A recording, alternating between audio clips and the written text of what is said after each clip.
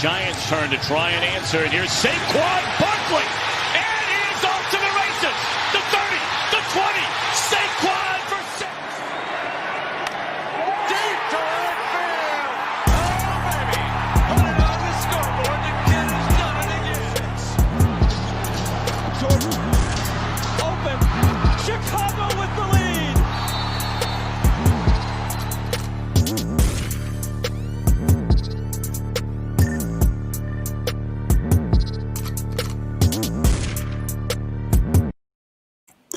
Ladies and gentlemen, a pleasant, good, late afternoon, everybody. Welcome to Redsox and Yankees baseball. It is your boy Lewis coming back at you once again with another live stream with yet another video.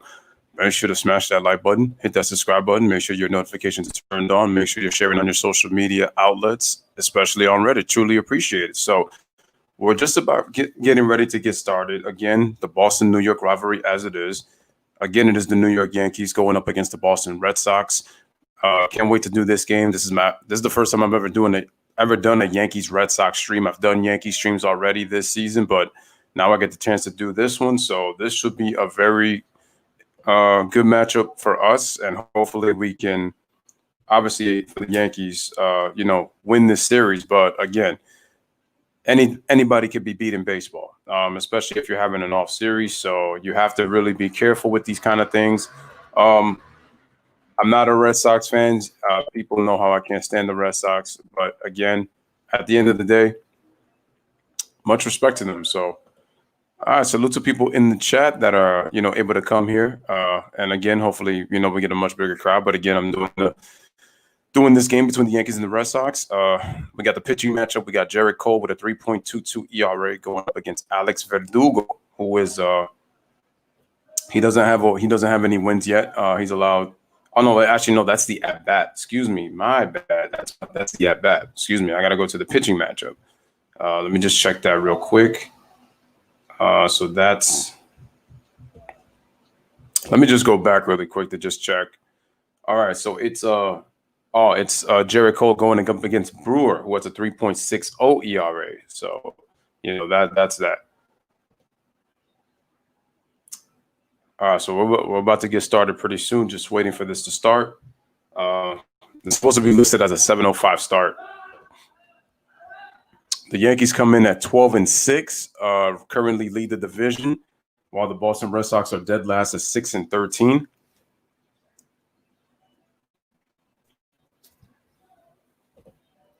All right, so we will be getting started very shortly. Let's see if I can refresh the stream and then it ends up playing.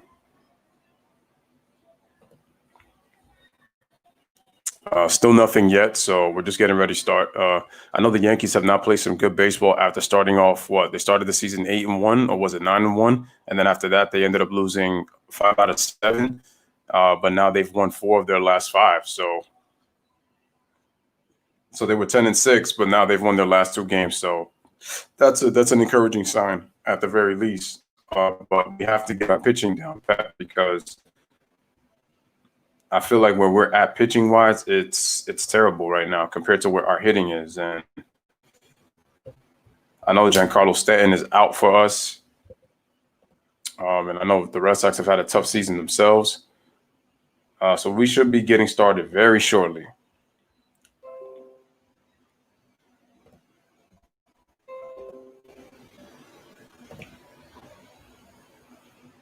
But once again, guys, if you have not, make sure to subscribe to the channel. Make sure to like the video as you guys come in, giving you Yankees Red Sox baseball. We're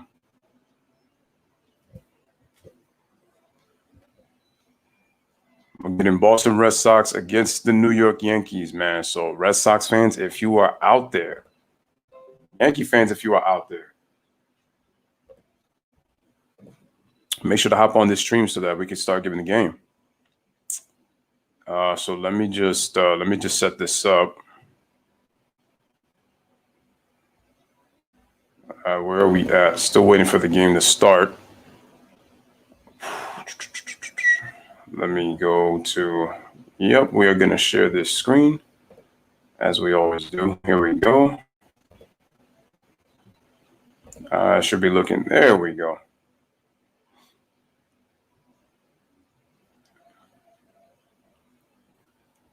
Might as well just even probably change the background, but didn't even do that yet. So there we go. There it is. Wow, we still haven't started yet, so it looks like it's going to be. Let me go to the next one available to see if that's working.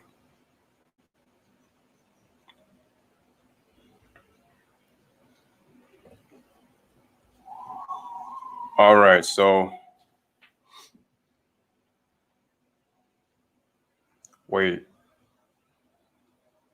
it can't be at the bottom of the first inning already. What is going on here? Hold on. According to this, yeah, it's still the top of the first. Nothing's happened yet. So trying to see what's going on. All right, so the Yankees are starting to come on the field now.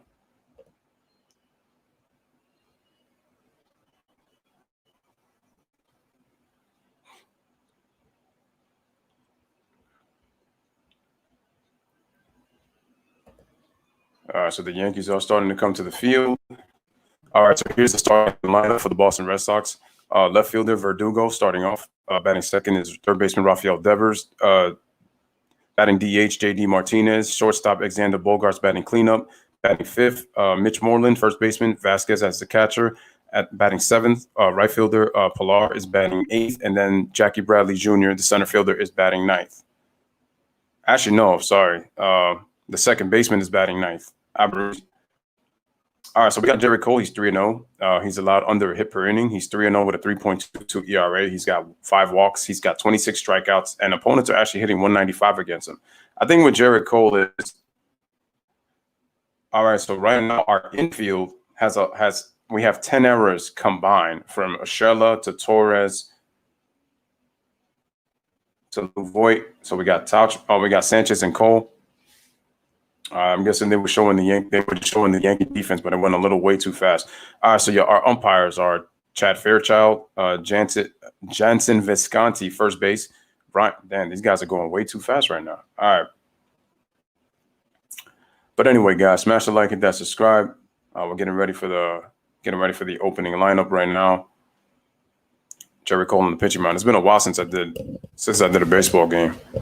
Got to get back on this. All right, so it's 82 degrees, humidity at 54%. We got wind direction coming in from center field, and we have a clear forecast, which anytime you have a clear forecast, it's always good for baseball.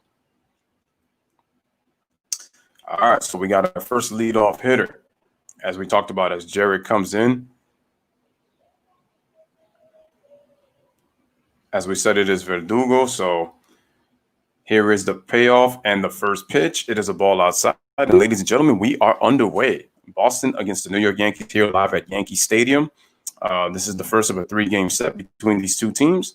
All right, and here's the pitch. And the ball is low, so Gerrit Cole falls down to 2-0 on the count. Again, guys, smash the like button. Make sure to hit that subscribe button for the Lewis Sports Network. All right, Gerrit Cole on the setup and the pitch. And the ball is laced out, jammed a bit, right to Gleyber Torres, who makes the play for the first out of the inning. It's popped to the shortstop. And I know Gleyber Torres was struggling a little bit, but he is starting to turn the corner a little bit on his offense. So that's a very good sign. All right, so we got 1 out. Cole has thrown 3 pitches. Here is Rafael Devers, who has come in. He is batting second. I got to see how Rafael Devers is doing this season. I've been so focused on the NBA bubble. It's like I haven't really been focusing on baseball. I've seen some games, though. All right, so we got a fastball down the middle for a strike. So the count is 0-1.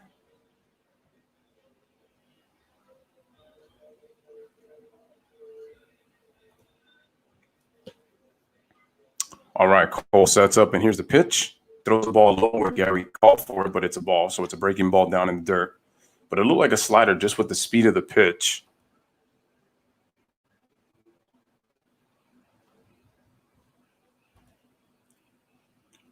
All right, Cole getting ready, staring at the signs. Here comes the 1-1 in the pitch. Knuckle curve right there. He threw at 85 miles an hour. That's strike 2. So they're just showing on Thursday. Wow. How many errors did Devers commit at third? That's 2. And I'm guessing he committed 3 errors. All right, so Devers swings at a 96-mile-an-hour fastball, and it is fouled back, still 1-2.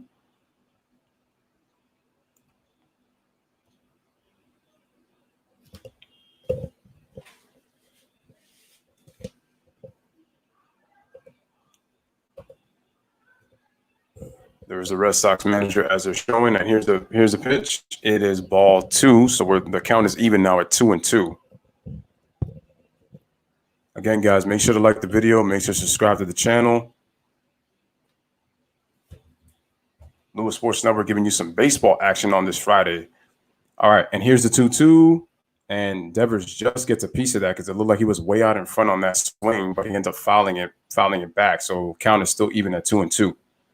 Now, if you're Jared Cole, you want to get out of this first inning real quick. You don't want any of these Red Sox hitters, forcing you to throw pitches to where you start ending up coming off to a slow start, because you want to be economical throughout the game.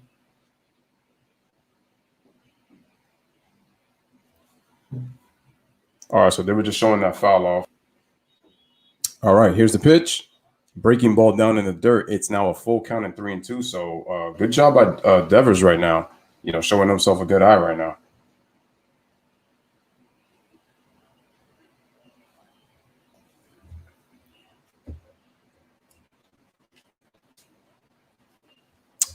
All right, Cole sets. Here's the 3-2, full count, and Devers ends up popping it up. Looks like it's about right center, left center, but wait, Hicks is calling off, and he's got it. So for the second out of the inning.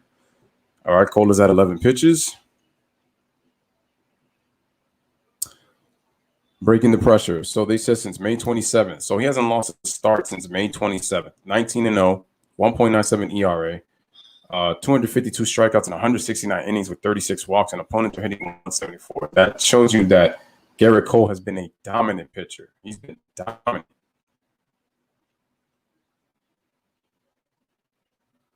All right, and here's the payoff. Here's the pitch, and we got a fastball on the outside corner for strike 1.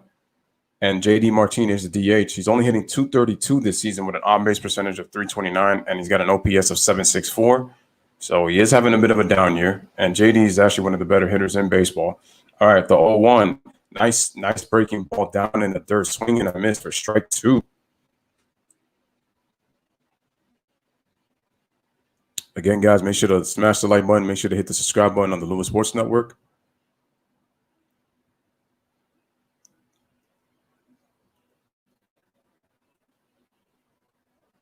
All right, Garrett Cole on the pitch. Here it is. The ball is way outside for ball 1. So the count is 1-2. Garrett Cole has thrown 14 pitches in the first inning so far. All right, J.D. Martinez gets in the box. Gets ready. Here's the 1-2. Ball is way outside for ball 2. So the count is even now at 2-2. So we got 2-2, 2-2, 2 outs, 15 pitches for Garrett Cole right here in the first inning. Cole looking to get out of it so that the Yankees can come up to bat so they can come up to bat next. All right, and here is the pitch, and swing and a miss for strike 3. Threw a fastball up and away on the outside corner for strike 3. So no error, no runs, no hits, nobody left on base. So through the top of the first inning, the Red Sox nothing, Yankees nothing, and the Yankees coming up to bat, as the great Michael K would say. I almost said Michael Cole. I meant to say Michael K.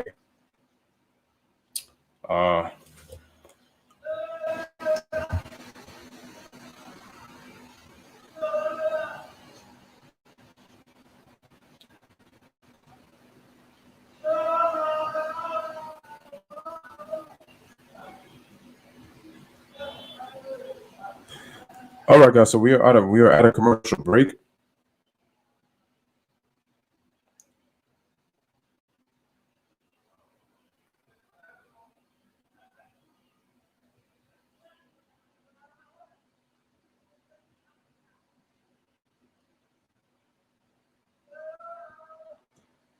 So we are on commercial break.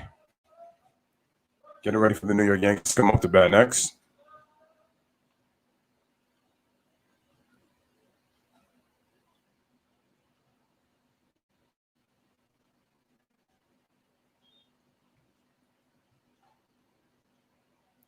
So I know that Giancarlo Stanton is out he's on the 10-day IL. He has a hamstring issue. And that's my concern with Giancarlo Stanton. Can he stay healthy? That's the thing I don't know. All right, so we are coming back right now. So starting lineup for the New York Yankees. All right, second baseman DJ LeMahieu leads off, hitting .431 on the season. 7 games at home, .556, a triple home run, 3 RBIs. We got Luke Voit, first base, second. Aaron Hicks is third. Urshela is fourth. Batting cleanup, Torres is fifth. Tauchman is sixth. Gary Sanchez batting seventh. Frazier is batting eighth. And I didn't even get to see who's batting ninth. But, wow, Gary Sanchez is only hitting 104 right now. And the pitcher is Colton Brewer. So 6 games he's pitched this season. He's got 10 innings, 3.60 ERA. He's allowed 9 hits in 10 innings, so just under a hit per inning.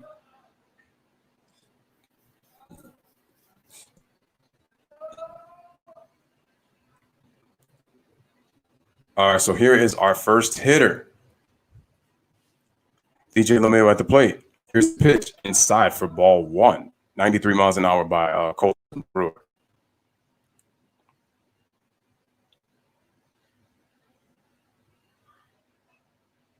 And you would think there'll be more Red Sox and Yankee fans in the stream, but we'll see later. All right, so here's the pitch. Oh, nice piece of hitting by DJ LeMahieu. Takes it the opposite way for an opposite field base hit to right field. So already we got one. The Yankees have 1 hitter on, and that was just after 2 pitches. So nice piece of hitting by DJ LeMahieu. So we got Devers, Bogarts, Arouse, and Moreland in the infield. So they've committed 18 errors, so 8 more than the Yankees. So the infield's committed much more than the Yankees have in the infield. In the outfield, we have Verdugo, Jackie Bradley Jr., one of the best center fielders, and Pilar. And then we got Vasquez at catching, and then we got Brewer on the mound.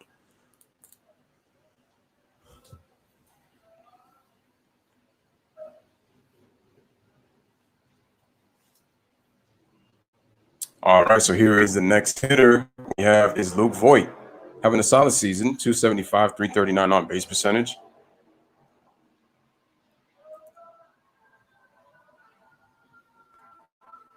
All right, so it's a 1-0 count. All right, here's the pitch. Swing and a miss right there. Blew a fastball right by him. 1-1 is the count.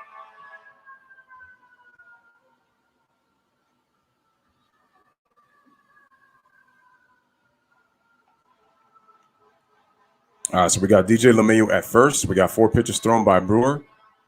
Throwing from the stretch. And here's the pitch. And Luke Voit hits it deep to center field. Jackie Bradley Jr. going back, but he is able to make the play, kind of going kind of close to the warning track. Not far enough, but was still able to make the play. So nice play by Jackie Bradley Jr. We got 1 away in the bottom of the first inning. But Luke Voit gave it a ride, though. He hit that ball pretty well.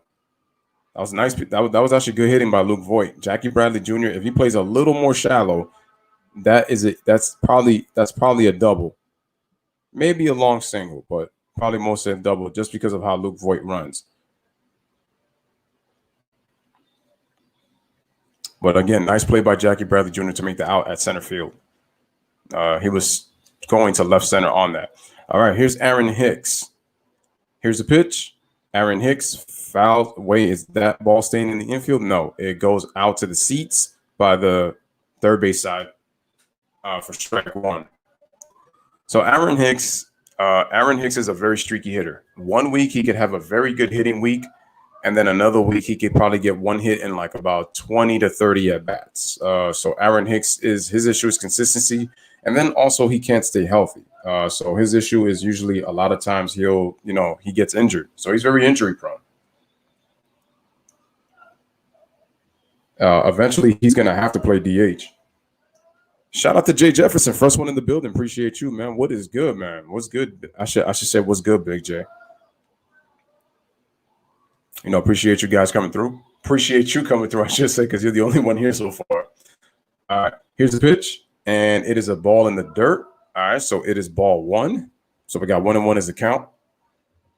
By the way, Jay, your Tigers are second in the division right now. They're 9-7. They're right behind the Twins, who are 12-7. So the Twins, once again, so far so good when it comes to their team. You know, they're not showing that they're a one-hit wonder in terms of their record. Last year, they were a very good team, winning 101 games, and they've come back and are off to a 12-7 start. So, salute to the Twins.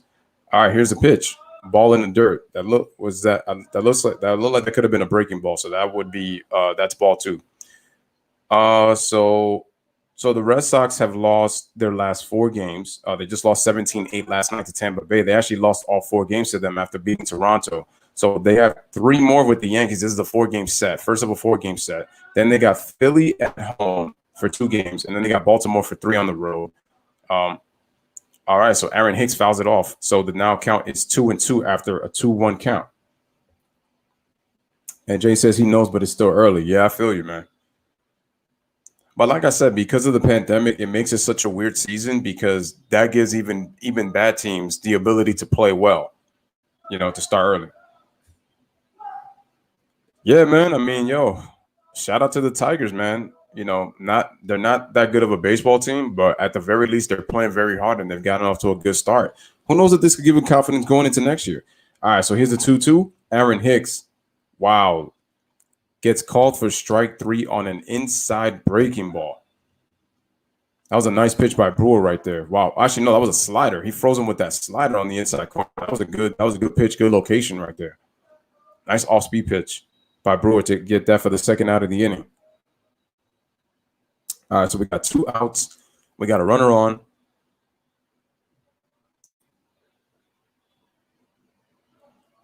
Bottom of the first inning, Brewer's thrown 10 pitches, so he's been very good so far. All right, here is the – let's see who this is. I think this is Tauchman, yeah.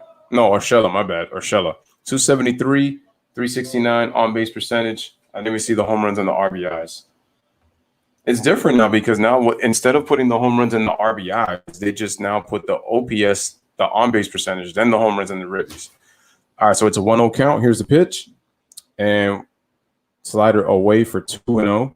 So that's a 2-0 count. Urshela's ahead. Oh, so he threw him a cutter. And then he threw him a 4-seam. Oh, well, first he threw him a 4-seam fastball. Then he threw him a cutter.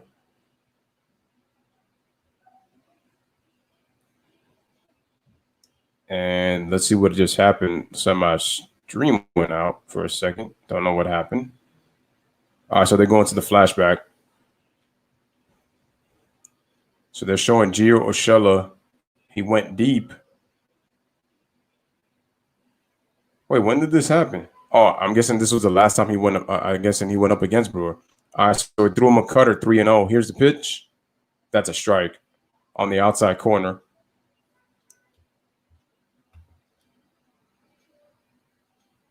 Threw him a fastball on the outside corner for strike 1. So the count is now 3-1.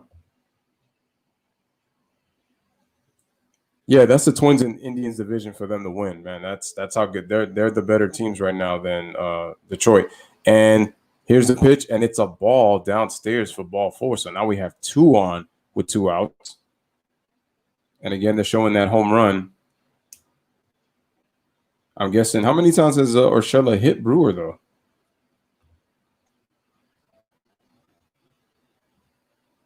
Yeah, he threw him a 4-seam fastball. Okay. All right, so we got 2 runners on, 2 outs.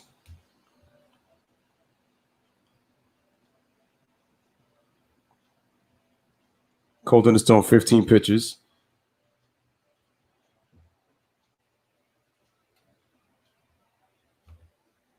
Here is the hitter, Gleyber Torres, batting number 5.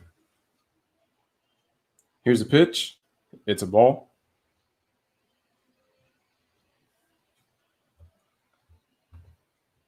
Yeah, the Orioles, I'm shocked that they're 11-7 right now. That really surprised me because, in my opinion, they're the worst team in that division, but yet they're in second place right now. Their win percentage is above the Rays right now, while the Rays are 12-8. To be honest, the Rays are the second best team in that division.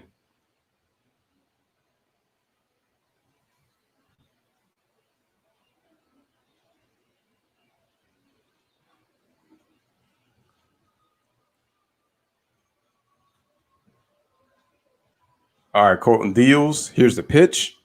And looks like it is a ball. So it is now ball 2, 2-0.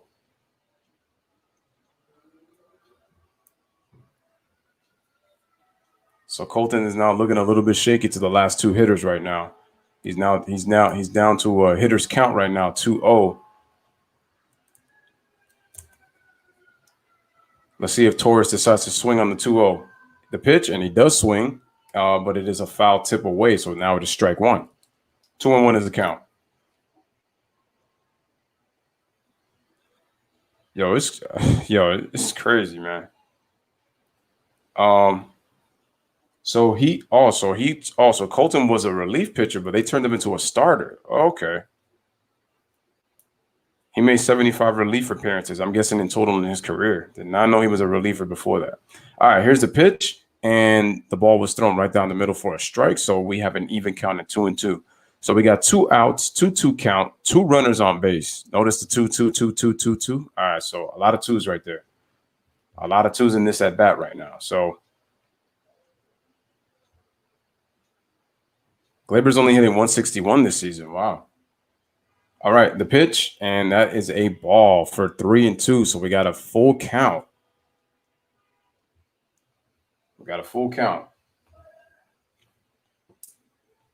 Threw him a breaking ball that was just off the plate. Vasquez tried to frame the pitch but couldn't. So yeah, he threw him the 83.5 mile an hour curveball. All right, here's the pitch. Throwing the curveball, puts it up the middle. Oh, the shift was on. And there is no play. So that's a base hit. That's a base hit for Gleyber Torres. Huge hit, and now the bases are loaded. Jay says, who do I have winning the World Series because the Yankees have a great chance? My concern with the Yankees is their starting pitching. With their offense, it's Giancarlo Stanton hitting in with runners on base. Then also his health, then the health of Aaron Judge, and then Gary Sanchez. He hasn't been able to hit all season. Now, Gleyber Torres is struggling, but I think he'll turn it around. Aaron Hicks is streaky, and I've said this before. I feel like we're too right-handed dominant of a lineup. We're too right-handed dominant. We need to balance out. I feel like we could use a couple of lefties in our lineup. We're too right-handed dominant. All right, so here's is that Tauchman or is that Breg? No, that's Tauchman. Okay. He's having a solid season right now. Hitting 300. Man, every time they put the stats up, it's crazy. Yeah, JD Martinez is batting DH with the Red Sox, so he's still with them right now. All right, here's the pitch, and we got a foul right now. He's on the Dodgers. I know they've choked, but this has got to be their year if they're going to get it done.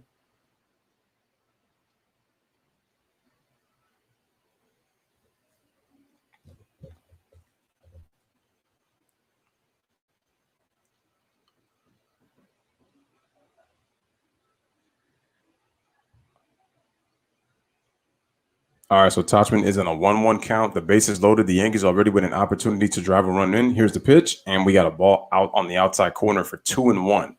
And I'm pretty sure that was a fastball he threw him. Yep, 94 miles an hour. So he's thrown Tauchman fastballs so far in these at-bats. There are 3 straight fastballs, all at 94 miles an hour for a ball. I think the Yankees have a great chance as long as the Yankees get solid starting pitching, because I just don't trust anybody outside of Jarrett Cole. Tanaka's shaky. All right, Tauchman swings, and he fouls it off. So another 2-2. Well, this time it's a 2-2-2-3, which what I mean by that is 2 outs, 2 balls, 2 strikes. But the runners are full on base. So the bases are loaded for Mike Tauchman. So it's an even count. And the Yankees have actually done a good job with the last 3 hitters to force Colton Brewer to work, in the bottom of the first inning. But let's see if the Yankees can capitalize, because we got 2 runners on. Here's the pitch. Tauchman, nice swing right there, but he was late on that, and he fouls it off, and it's still 2-2. That was a very nice swing, but he was just late on that pitch. That was a very nice swing. Kershaw's got to pitch better in the postseason, but I'm already starting to see decline in Kershaw because he's also starting to get hurt too, and he just got paid $215 million. I'm like, for a pitcher who has not, and I know he's their best pitcher, but all right. And here's the 2-2 count, and he foul tips it into the glove with a half-hearted swing, and he strikes out for strike 3 with the bases loaded. So the Yankees do not get it done with the bases loaded, and at the end of one, we got 1 hit. We got no runs. We have 3 men. The bases were left loaded. The score is 0-0 at the end of the first inning. Again, guys, make sure to smash the like and make sure to hit that subscribe button for the Lewis Sports Network, giving you baseball. Boston Red Sox against the New York Yankees. Truly appreciate that. Yeah, Kershaw's got to get his act together. For a pitcher who's regarded as the best pitcher, the Cy Youngs that he's won, in the postseason, he just loses big games and just does not pitch well. He just does not pitch well. I don't understand. And the reason that I don't understand is I hold Kershaw in high regard because I think he's one of the best pitchers in the game. At one point, he was arguably the best pitcher, especially with the movement he gets on his breaking ball. At one point, he was throwing pretty much almost 100 on his fastball when he was younger. He had a really good slider, but he has not been the same. And in the postseason, he just especially in big games, I feel like it's in mostly elimination games is where Kershaw just falters. I don't know what is it, man, but his location for some reason is always off in big games, and he can't go through long innings. He's pitching anywhere probably from 3 to 4 innings, and if you're lucky, maybe 5, but it's not much.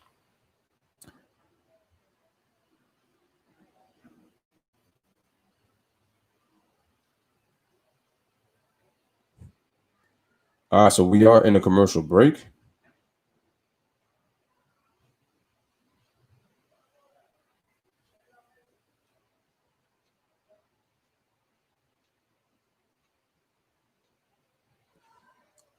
All right, ladies and gentlemen.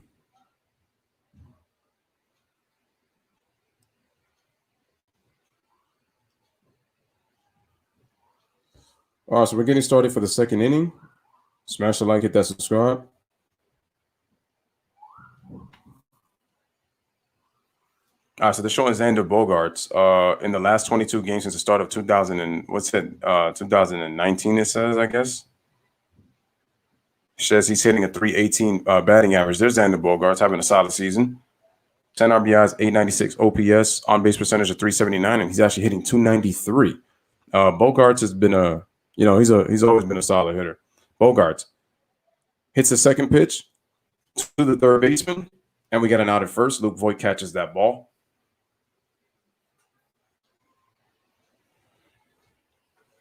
Wow. Looks like he threw him a break. No, that was not a breaking ball. It looks like he threw him a cutter at 90 miles an hour. Brewer did for that last strikeout. Jay says Kershaw is the Matthew Stafford of baseball. He has all this talent, but when it comes to the big stage, he falls. Why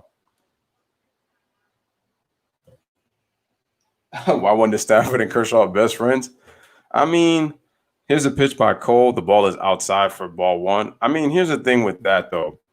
Matthew Stafford, unfortunately, though, the thing with him is Kershaw, your pitching is your defense. Shout out to Ashley. Appreciate you coming through. She says the Yankees will win. Maybe they will, hopefully. Again, shout out to you, Ashley, for coming through. Again, guys, make sure to smash the like button and make sure to hit the subscribe as you guys come in. If you are new, make sure to put it on. Make sure to share your social media. I'll answer that second, Jay. Here's the pitch, swing and a miss by on that pitch by Jarrett Cole. So it is 1-2. And thank you very much, Ashley, on the 1K. Congratulations. I appreciate that. Thank you very much. I mean, yeah, it's because they're best friends, man. But thank you for the sub, Ashley. Appreciate that. As Jarrett Cole strikes out. Wait, who was that hitter that he just struck out? That was Mitch Moreland. Okay, he struck out Mitch Moreland. Nice. So Christian Vasquez is up to the plate. Struck him out on a 96-mile-an-hour fastball.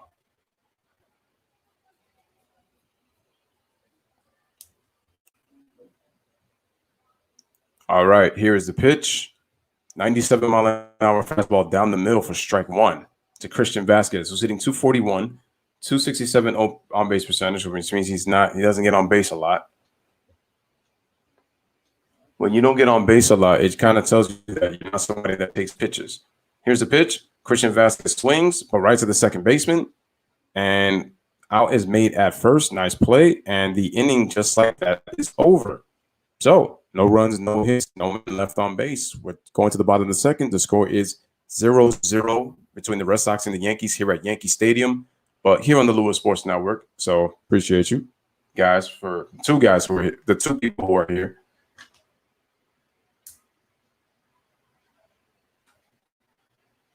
Yeah, Xander Bogaerts is very underrated. I still don't understand why the Red Sox got rid of Mookie Betts. It still boggles my mind that they even traded him to the Dodgers. I'm like, you're trading him to the best team in the National League? I don't understand that. But yeah, getting back to the Matthew Stafford and Kershaw thing. The thing is, Matthew Stafford, he's the quarterback, so unfortunately he can't play defense. If he played defense, I would get on Matthew Stafford. But unfortunately, Detroit's defense, you know the Lions, Jay. They've really never had good defensive teams. They've never really had good defensive teams, and if they have, it's been rarely. And Matthew Stafford, he's gotten injured too, so he's been kind of injury prone too. I mean, he could put up big numbers, but again, got to have a defense, and the Lions have not had a very good defense for. I can't even remember the last time the Lions had a good defense, to be honest with you. And then also, but when you look at Kershaw, his job is to strike out the hitters. So basically, Kershaw is playing defense with his pitching. Stafford is putting up offense. So it's kind of hard to compare those guys. It's hard to compare those guys because you're talking about a quarterback whose job is to throw the football to receivers and tight ends, while Kershaw's job is to shut down an offense. And you do it with pitching. So basically, Kershaw's defense is his pitching, and he hasn't been a good defender pitching, pretty much. It's hard to compare those two. Kershaw can control the outcome of a series with his pitching. Matthew Stafford, only if a game is close will he be able to control the game with his arm. But unfortunately, it also comes down to defense too when it comes to football. Kershaw's case, he can control it. The problem is he just has not been able to get the job done in big games. He can't. But interesting you compare them, though. That's funny. Anyway, here's Gary Sanchez. Swings and misses and fouls it off, strike one. I've been so pissed off with Gary Sanchez. All that talent, and he's only hitting 104. He strikes out a lot, and he stays swinging at the ball out of the zone. And he's playing the most demanding position in all of baseball, and that's catcher. All right, here's the pitch. Gary swings, strike two. See, Gary thinks he can hit everything, and he doesn't understand that you're not going to hit everything. He lacks plate discipline. You could clearly see it. Every time I watch him hit, he's going out there free swinging. And this is a catcher, mind you, that is calling pitches in the strike zone for Derek Cole and the other starting pitchers. And also relievers. So you should be knowing that strike zone more than anybody, especially with the talent you have. But I feel like he's not even really in the best of shape neither. You could even tell that he doesn't really take good care of his body. Now, I know it's not easy because catchers, I can understand sometimes they put on weight because it's a lot of pressure. Even if you've lost, even if you're like in great physical condition. And Gary Sanchez again swings. And look, he keeps putting himself in pitcher's count. Anytime you do that, you allow a pitcher to be able to toy with what pitch can he throw to a hitter. And then that's going to keep the hitter guessing. When you put yourself in a hitter's count, the pitcher's going to be most times going to be forced to throw a strike unless the pitcher decides not to give in, depending on the situation. But there's nobody on base and you're already 0-2 on a pitcher. It's frustrating. Here's the 0-2 and see, and that's the thing. Gary Sanchez should not be hitting that pitch. That pitch is too far away off the plate. But because Gary thinks he can hit it, he decides to hit it and he fouls it off. Now, suppose he couldn't reach that pitch and decides to strike out. It's a strikeout. All right, so we got an 0-2 count. We have nobody out. Gary Sanchez is the first hitter right now. And here's the pitch. Wow, look at that. Gary's just swinging at everything right now. Swinging at everything. This dude right now, it would be, at best, I'd probably be 3-1, but he swings at everything. Look at that. Threw him the high cheese and he swung right at it. The last time the Lions had a good defense was 2014. The Lions actually were number 2 in the league in total defense. Who do you think is the best catcher of all time? Oh, that's tough because there's a lot of great catchers that I've actually there's a lot of them. I mean, you're looking at, here's the pitch, and we got a foul off by Gary Sanchez again. Gary Sanchez is not taking a single ball, pause, in this inning. He's not taking pitches. He just continues to just swing away at everything. That's just the mark of a non-disciplined hitter. And he wasn't like this when he first came up. He was much more disciplined. Even if they didn't recognize who Gary Sanchez was, he was much more disciplined, waiting for his pitch and was able to hit. See, that one he knew that was way far off. But usually he would swing at that, but he laid off that pitch. So now it is 1-2. That's just the Yankee in me. But again, I always call a game with respect, even though sometimes you will kind of hear a little bias in me just because I am a Yankees fan at the end of the day. But I show respect to other players in baseball as well as the teams. I can dislike the Red Sox. So we have a ball, the same. So Gary hit that pitch for a foul before on the high fastball, but he avoided it this time. So now he's worked the count at 2-2.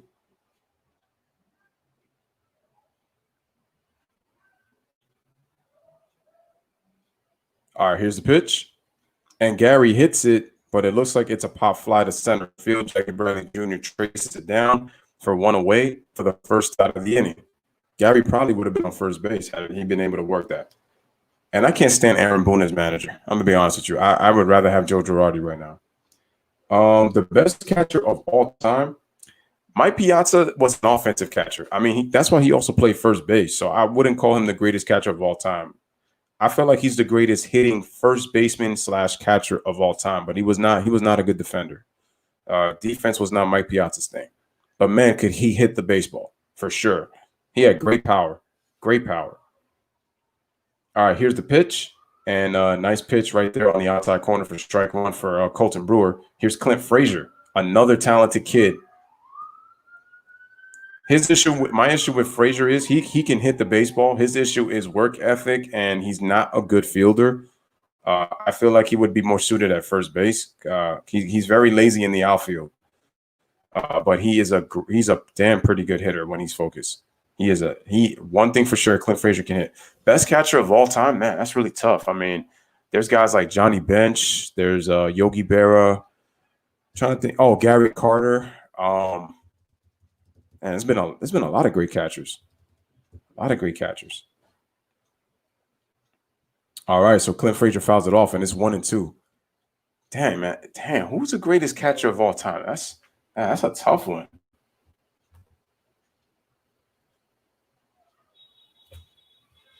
Damn, I'm trying to think of all the catchers that I've ever seen play.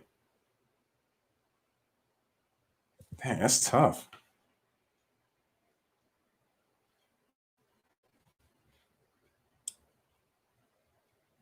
All right, so we got a ball thrown in the dirt to Clint Frazier. So the count is now 2-2.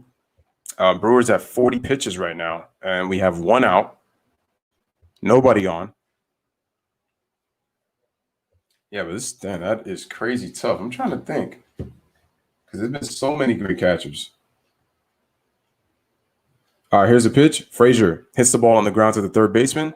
Nice play by Devers. Is able to throw it. Nice straight throw to first for the second out of the inning. So that was nice. Ivan Rodriguez, he was a very good defensive catcher. Very good defensive catcher. He could hit too. But I think he was linked to the Mitchell report though. I could be wrong, but there was rumors saying that he used steroids. But Ivan Rodriguez is one of the greatest catchers of all time. He was on that 2003 Marlins team that won the World Series. I know because he beat my Yankees. And he played for the Yankees. That's crazy. I also know he played for the Rangers. Here's the pitch to Brett Gardner. Ball is inside for a ball. So we got a flashback. And Gardner actually went deep. Was this earlier in the season? I think so. Yeah, this got to be a little bit earlier when we had just started. But it's been a weird season so far due to the fact that a lot of games have been canceled. especially the Cardinals. I remember at one point they didn't play for over a week. Same thing with what's his team? Miami too, because of the COVID cases going up. Yeah, Ivan Rodriguez was a great catcher. Great catcher. Was great at calling a game and very good offensively. Was Ivan Rodriguez. So you had Carlton Fisk.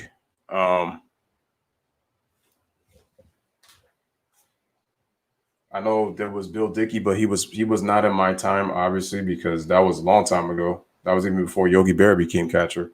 I really liked Thurman Munson when he was with the Yankees, but unfortunately he passed away too soon because he was on his trajectory to be one of the greatest catchers of all time, not just for the Yankees, but for baseball in general.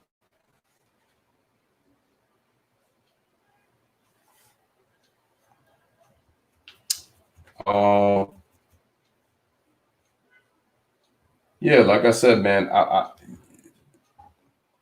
look at guys like Gary Carter, Johnny Bench, Yogi Berra. Mike Piazza is going to get put up there because of his offensive numbers, but in terms of defensively, I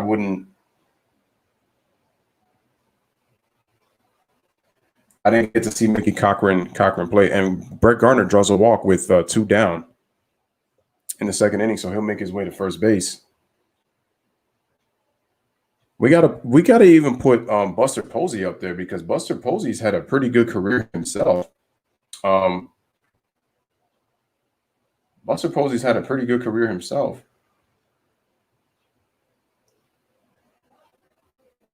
Oh, that's right, Roy Campanella. He was another great catcher, but he was back for the Brooklyn Dodgers.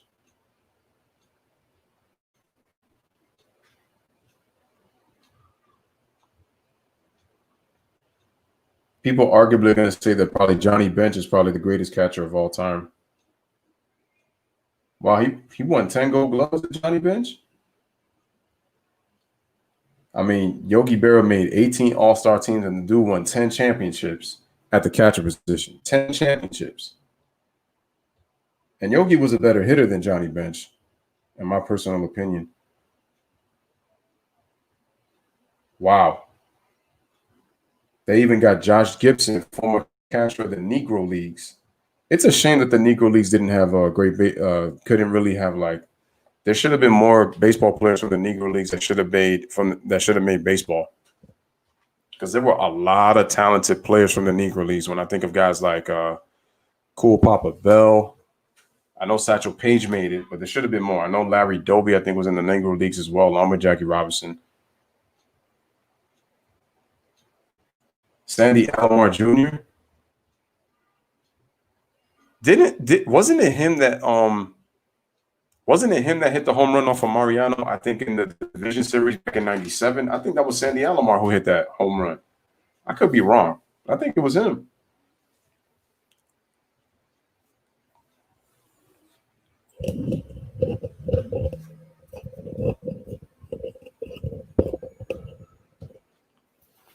All right, so we got an 0-1 count. Brett Gardner at first base, and we're back at the top of the lineup. So we got DJ LeMahieu at the plate, who hit a single on his last plate appearance.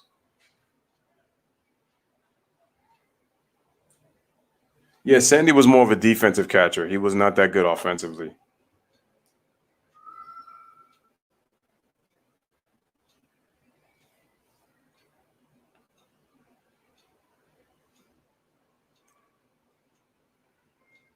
All right, so DJ LeMahieu hits it to the second base, so hits it to first, and they make the out. And so through 2 innings, the Yankees and the Red Sox are still scoreless at 0 going into the 3rd inning. Right here on the Lewis Sports Network. Smash the like button. Make sure to hit that subscribe.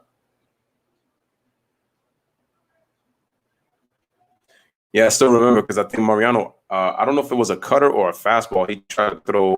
I think it got a little too much. Plate. He threw it kind of over the plate, and then Sandy swung it, and it was he hit it opposite field to right field to tie the game, and I think we were winning that game. I remember we were winning that game, and Mariano blew the save, and we ended up losing the game. That was in that crucial game 5 too.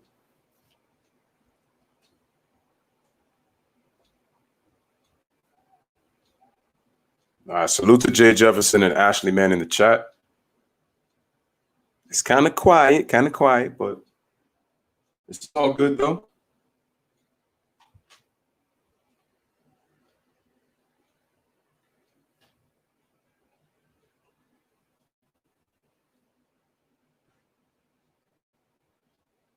All right, so we're getting ready for the third inning in just a bit.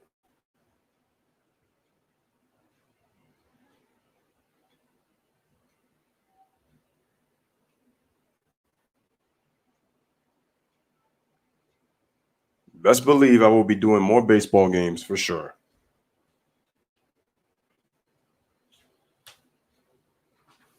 My Jay Jefferson says my second favorite baseball player of all time was Roberto Alomar. To me, he's the greatest second baseman of all time. Bro, Roberto Alomar. He was a joy to watch as a second baseman. On the field, he won 2 World Series with the Toronto Blue Jays. He was an awesome player to watch.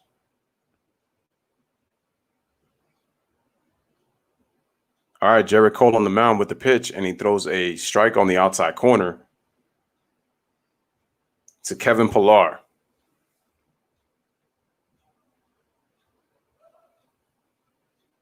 I remember Kevin Pillar. All right, so the ball is hit slowly to the third baseman. Jared Cole tries to pick it up and throw it, but there's no play. That ball was hit too slow, and Pillar is on with a single. I mean, those are tough, man. Those grounders. That ball, it spiked right in the middle of the plate, and then the ball just skipped to the left side, and then because it hit the ground on the plate, it caused a slow roll, and then Cole had no play because that ball was hit too slow to make a play, and Pilar was able to beat it out for a single.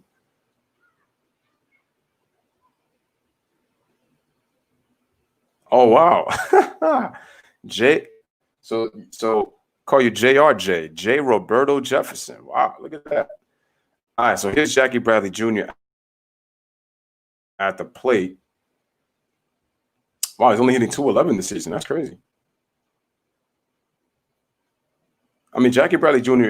he's a decent hitter. I would call him anywhere kind of like a 260 to 280 hitter. I think he did hit 300 one season, but he's kind of the 260 to 280 type of hitter is Jackie Bradley Jr. Not really a 300 hitter, but I think he did it once or twice, I think, in his career.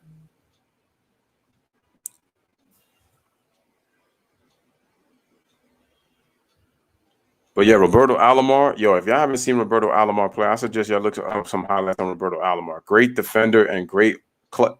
He was an underrated clutch hitter. He doesn't get enough credit for being an underrated clutch hitter, especially for the Toronto Blue Jays. Just look at the 92 League Championship Series against the Oakland A's and watch that series. Bro, he was a great hitter. I believe Roberto Alomar was close. I think he came just short of 3,000 hits. I think he had like 2,700 something hits in his career. But he is in the Hall of Fame, but he was a joy to watch. I know he had that spitting incident when he was in Baltimore back in the regular season. But all right, Jackie Bradley Jr. gets under a pitch on a breaking ball, and it's hit to right field. And nice play by Tauchman to record the out. So there is no Aaron Judge neither because Aaron Judge is also on the DL. He has lower body tightness. All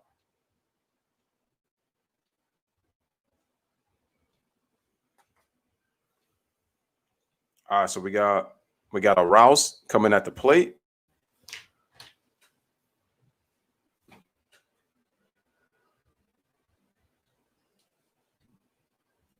So Jonathan Arouse, wow, he's having a solid season, 348.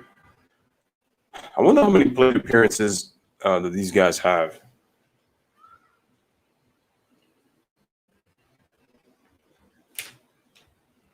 All right, here is the pitch, and the ball was thrown to first. Luke Voigt just caught it because Jackie Bradley Jr. is on first base. No, not Jackie Bradley Jr. Excuse me. Who was the last hitter before Jackie Bradley Jr.? Kevin Pillar, my bad. All right, top of the third inning, 0-0 score. Here is the pitch, and we got a ball, so it's ball 2, 2-0.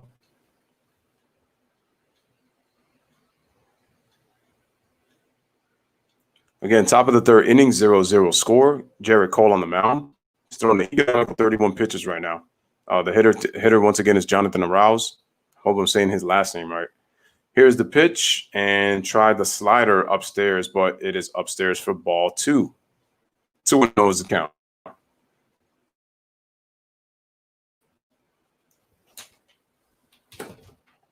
And Jay says, my auntie gave me that middle name from the late, great Roberto Clemente. He was an incredible baseball player, most importantly, a great person. So sad he passed away trying to help his people. Here's the pitch, and the ball's a strike, and they got him. Nice play to get the out.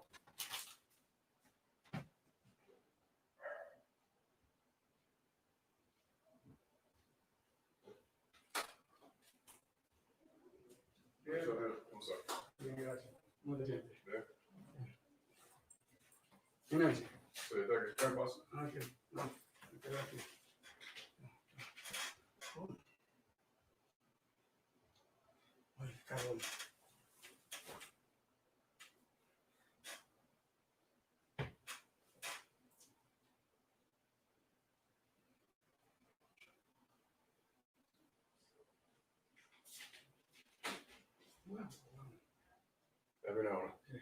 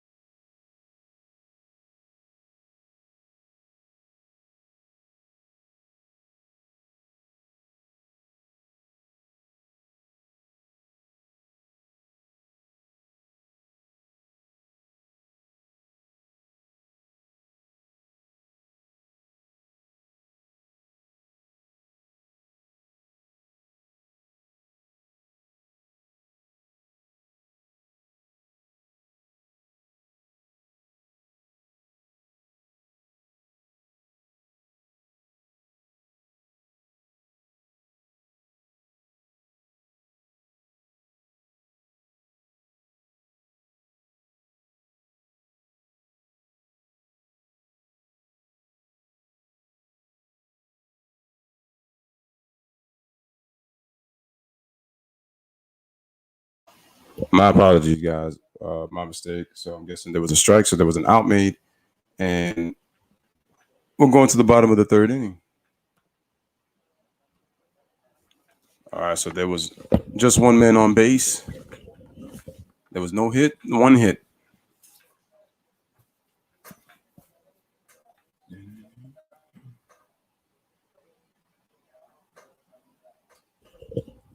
All right, Jay says, all right, so there's Luke Foley.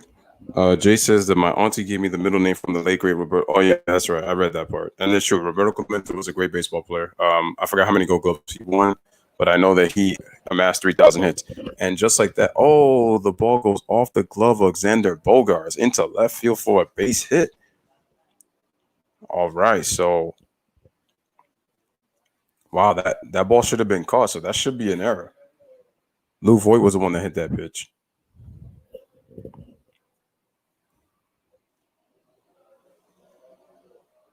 But not, listen, nice athletic effort by Jackie Bradley Jr. He just couldn't get the ball.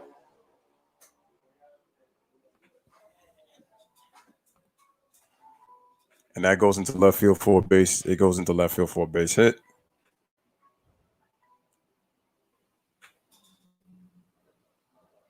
Well, I'm looking at the standings right here. All right, so here's the pitch by Aaron Hicks, and the pitch is fouled away for strike one.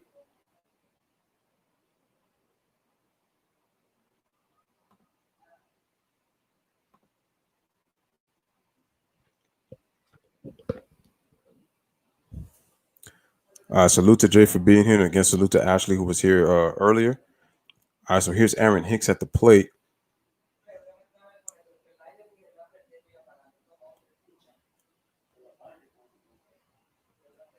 All right, so the ball is has gone to the dirt, so the ball is now the count is now 1-1. Excuse me. Again, guys, make sure to smash the like and make sure to hit the subscribe button again for the Lewis Sports Network, giving you baseball, Boston Red Sox, New York Yankees. I apologize for leaving real quick. Just had a little bit of something to take care of. All right, so here's the pitch.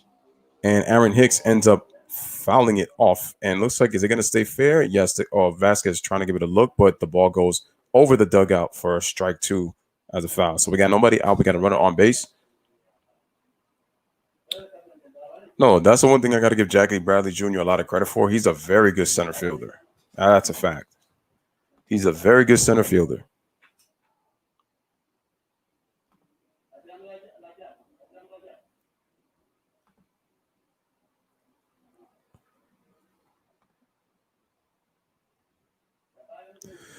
All right, so we got a 1-2 count. Nobody out. Here's the pitch. And we got a ball down in the dirt. 83-mile-an-hour curveball, so it is a 2-2 count.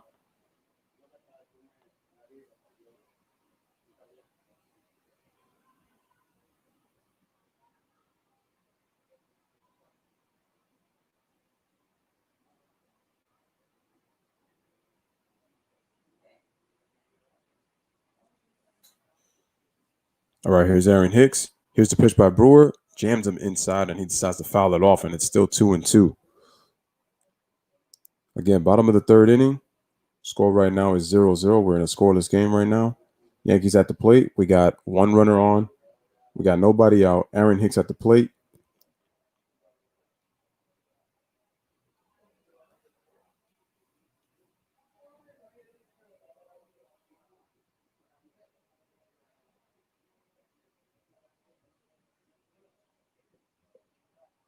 Oh, so they're showing got some out of town scores right now.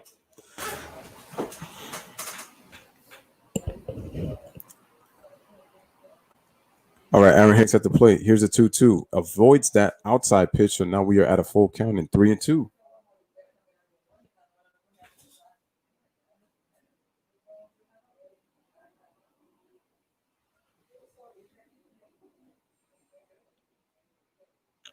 All right, so we got a full count, 3-2. Runner on first. Here's a pitch. And Aaron Hicks again fouls it off over the first base side. And it's still 3-2. Shout out to Karam. Appreciate you coming through in the building. Appreciate it, Karam. Again, guys, make sure to hit the like and make sure to hit that subscribe button if you are new to the channel.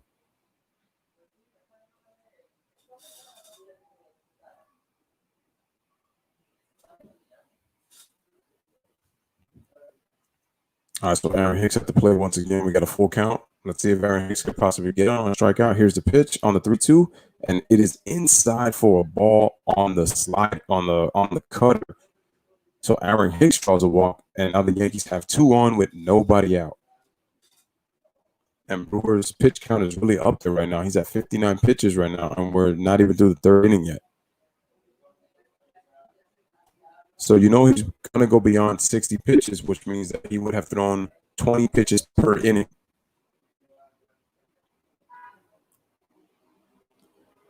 Karan says, I'm telling Rockets fans right now, don't mess with the Thunder. We are coming to knock them out from the postseason. All right, we're gonna see. I think it's probably gonna happen only because the only reason I say it is because Russell Westbrook is out for the first round. Unless if Russell can heal quickly, I don't know. I just think that Chris Paul is out for blood and he's gonna get revenge. On the Rockets for trading him. So on Daryl Morey, Mike D'Antoni, and those guys. All right, so we got a swing. We got a swing by Urshela, and he fouls it off. So it's a 1-1 count.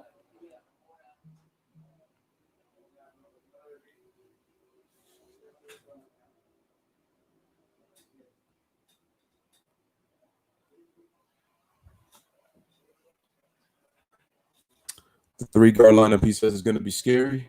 Yep. All right, so we got a broken bat, slow roller to the first baseman, and he gets it to Brewer, who's able to make the out at first. We got one away as the runners advance. I think if that ball is hit harder, it's a double play with just a runner on third because it was a shattered, broken bat to the first base side. That caused the runners to advance without making a play, so that eliminates the double play. Wow, he really jammed Urshela inside.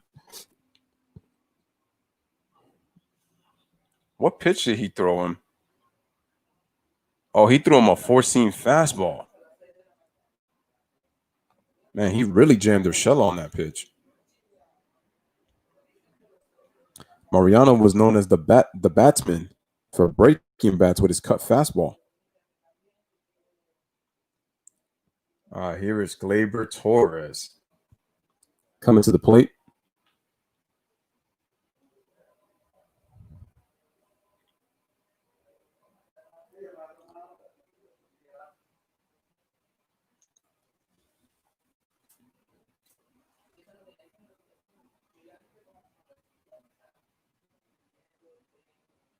So we got Austin Bryce, right-handed pitcher, warming up in the bullpen for the Boston Red Sox.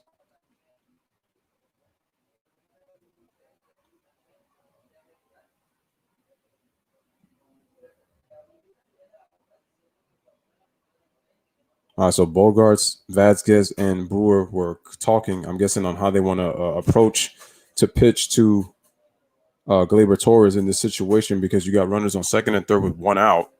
A base hit drives in two. So let's see what Gleyber Torres' approach on this plate appearance. So we got a fastball down the middle for strike one. Nice pitch by Brewer. 0-1 is the count.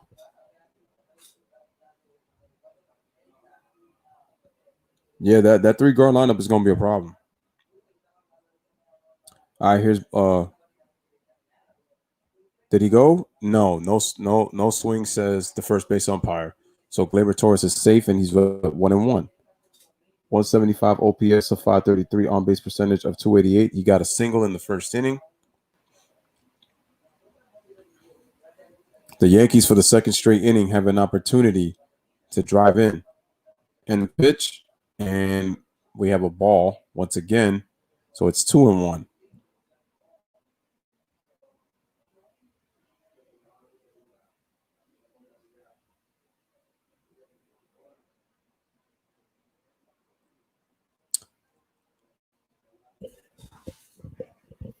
All right, here's the pitch, 2-1. And he laces it to right field, and it's off the wall. So Gleyber Torres with a hit. 1 run scores. 2 runs score. It's a 2-run. Is it a 2-run double or 2-run single? Let's see. It is a 2-run double by Gleyber Torres, and the Yankees take a 2-0 lead. Nice job. He just waited on that pitch. Hit it all the way to right field right there.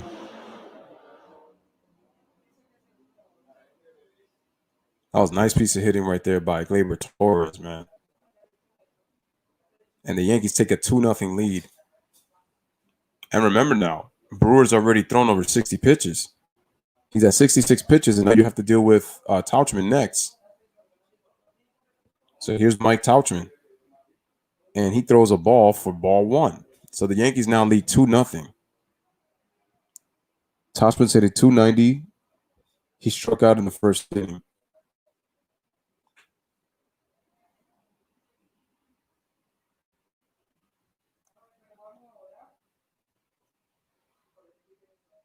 Here's a pitch, and the ball is hit deep to right field, but it just goes foul.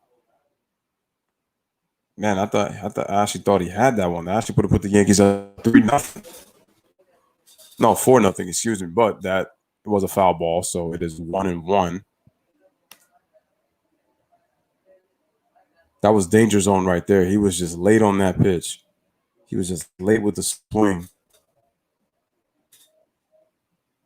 Again, salute to Ashley, Karam, and Jay who came in. All right, here's the pitch. And downstairs, swing and a miss for strike two.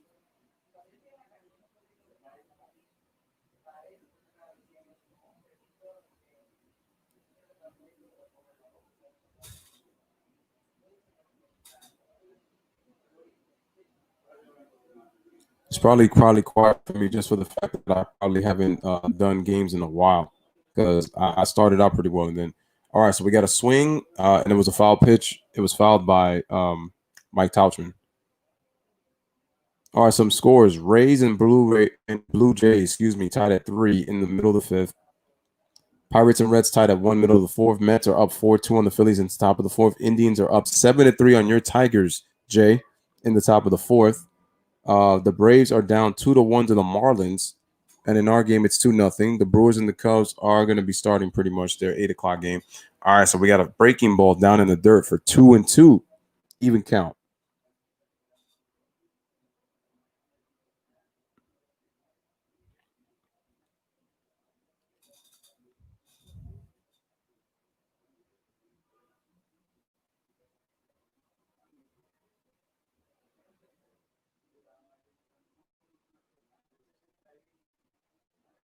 All right, here's the pitch, 2-2, and the catcher loses it a bit, and Gleyber Torres advances to third.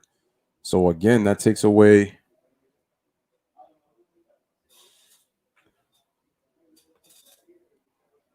So that's huge because now it's a hitter's count. It's a full count, and then Vasquez loses the baseball a bit, and Gleyber Torres is with his speed, he was able to advance to third. So that ball got away. All right, so bottom of the third, Yankees lead 2-0. 1 out. Here's a 3-2 pitch, full count. Tauchman, and looks like he flies it right there.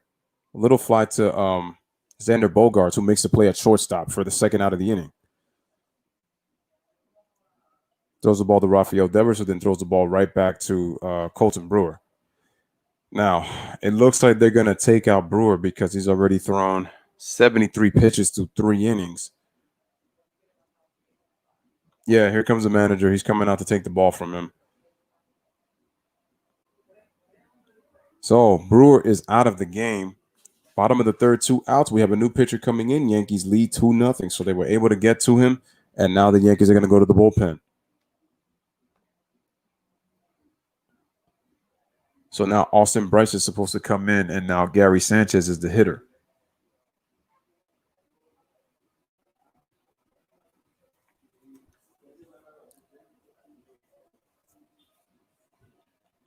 All right, so the Yankees were able to take the Colton Brewer out of the game, and now they have to switch to the bullpen. So that's big because the Yankees were able to get to the pitcher early. Smash the like button, hit that subscribe button. 2-0 is the score.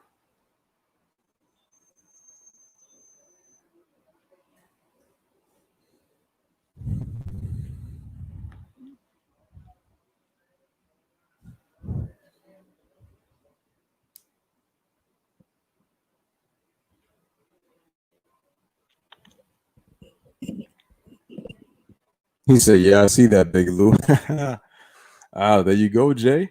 Told you, man. Told you.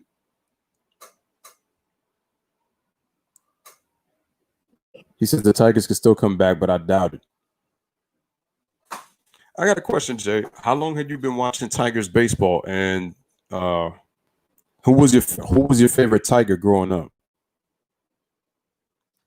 Who was your favorite Detroit Tiger growing up? This I gotta know.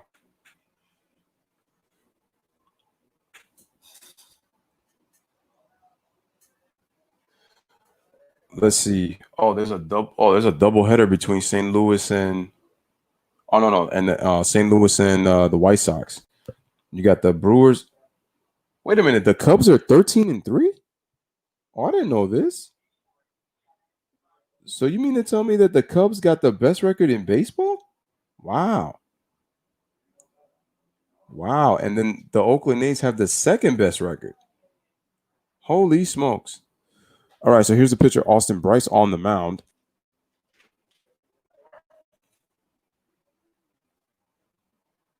Here's Gary Sanchez at the plate.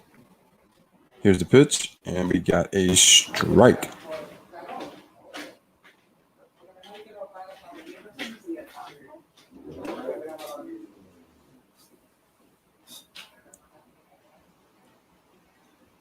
All right, so we got an 0-1 count. Gary Sanchez, here's the pitch, and the ball is inside for ball 1.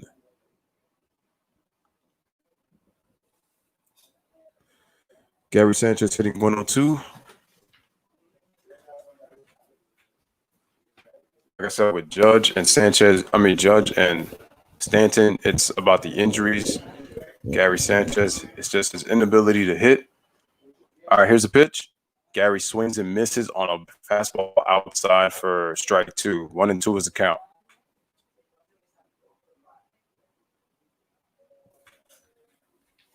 Bro, that Tigers team should have went to the World Series. The team that had David Price, Justin Verlander, Anibal Sanchez, and Max Scherzer. I think the 2011 Dodgers should have went to the World Series. That was the Tigers' best team in recent years. Gary Sanchez hits the ball, but he hits a slow roller to second base. He makes the out at first, and Austin Bryce gets out of the inning. So the Yankees get 2 runs on 2 hits.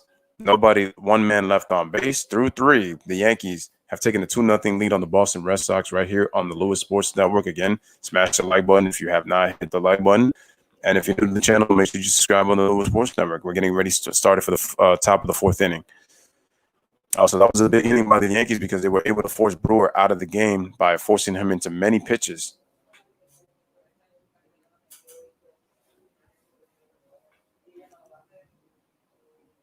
All righty.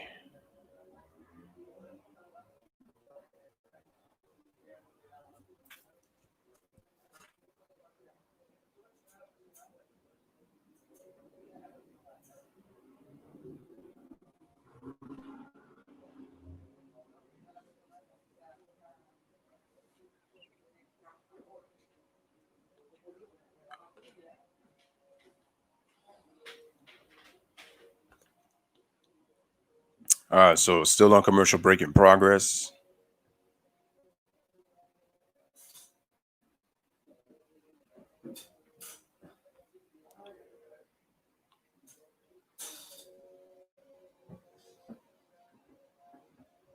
Also, you started watching the Tigers in 1990. I remember Travis Fryman, and I remember our Yankees trading for Cecil Fielder for our '96 team that we ended up winning the World Series over. I remember. So thank you, Jay, for gifting us Cecil Fielder, helping us with our power, and then getting Darryl Strawberry, obviously, from the Dodgers, and we was able to win the World Championship in '96. That was a wonderful feeling right there, boy. Whew. Wonderful feeling.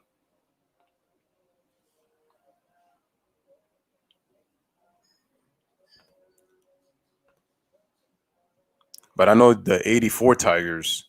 I know that team was stacked. I know that team was a great team. That '84 team, managed by Sparky Anderson, Hall of Famer Sparky Anderson.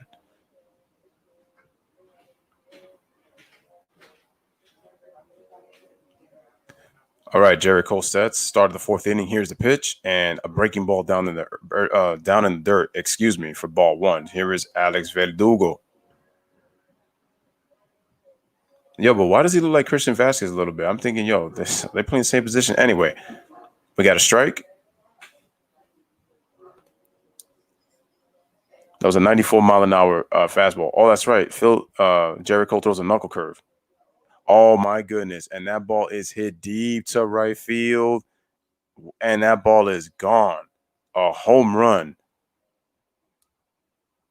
A home run by Alex Verdugo. And the Red Sox have cut the lead in half with 2-1. Man, damn. Your boy threw a knuckle curve and he was able to wait on it and he jumped on it and took it deep and took it out of the park to right field. Dang. But the Red Sox now trail 2-1. He threw him the knuckle curve, man, and bam, just took it out. And he waited patient on that pitch and put a very good swing on it. All right, here's Rafael Devers at the plate, and we got a strike one. I believe Jerry Cole has allowed a home run every single start.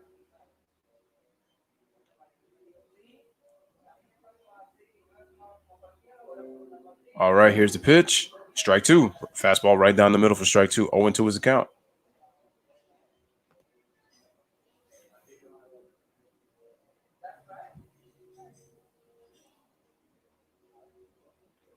And shout out to you, Jay, man. It shows you really know your sports as well. All right, here's the pitch. Oh, wow. He just slapped it on a check swing right there, did Devers. And the ball was hit to Luke Voigt, who throws it to Jerry Cole for the first out of the inning.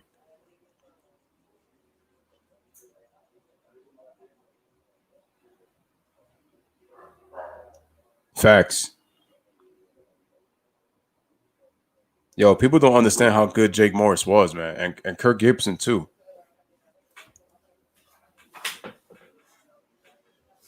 I think Kirk Gibson, I believe, is the only player. I could be wrong about this, but I know that Kirk Gibson is the only player I believe who did not make the All-Star team but ended up winning the MVP. And that was when he was with the 88 Dodgers. But I know Gibson was on that 84 team. I'm telling you that 84 team. Didn't you guys also have Alan Trammell too? He was good too.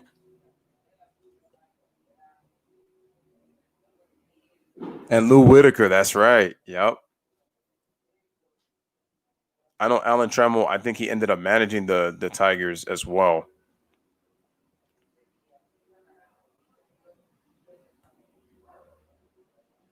I didn't get to see Alan Trammell play, but I know he was good. I think he made 6 All-Star teams, so he was pretty good. Alan Trammell played. Wait, Lou Whitaker, I think. Hold on a second. Let me remind this real quick. All right, so we got a swing and a miss, and we got a strikeout. So Jared Cole gets a strikeout for the second out of the inning. So right now, Alan Trammell he's now a baseball coach right now. Oh, that's right. Lou Whitaker plays second base, and Alan Trammell was the shortstop. I knew he was the shortstop, and I had to double check. I was like, wait a minute, didn't Alan Trammell play shortstop? I was like, I could have sworn he played shortstop.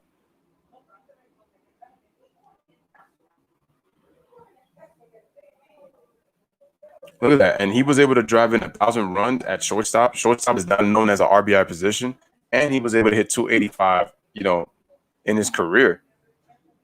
Yeah, it's not. Yeah, no, it's not easy following like all sports and.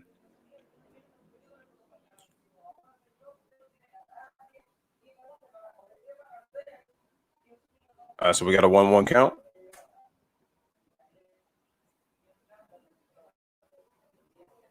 Yeah, I think Alan Trammell made 6 All-Star teams, so he was very good at shortstop. He was one of the best shortstops in the game in his time. So we got a swing and a miss on a breaking ball for strike 2. 1-2 is the count. The one thing I like about Jared Cole that I appreciate having him on the team is that he's kind of a quick worker when I look at him pitch, which is what I appreciate. All right, swing and a miss on the breaking ball, strike 3, and he gets out of the inning. So no runs, 1 hit, nobody left on base, the big blow. A home run off of a knuckle curve thrown by Jared Cole to Yeah, I just forgot his name already. Oh, to Alex Verdugo, and the Red Sox cut the lead in half despite the score of 2-1 heading to the bottom of the fourth inning. 1996? Okay.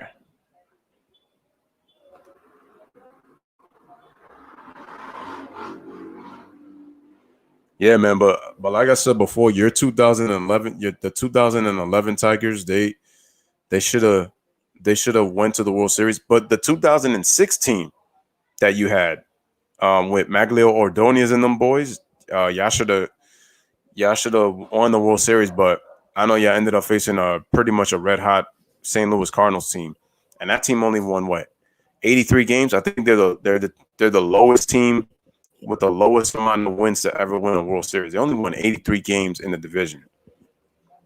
Because I always felt that their 2005 and their 2004 teams, they didn't have the pitching, but they had the offense. They just didn't have the pitching.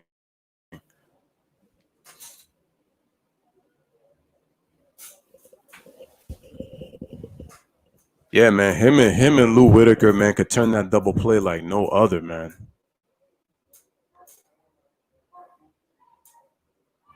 And there've been a lot of double play tandems that I've seen.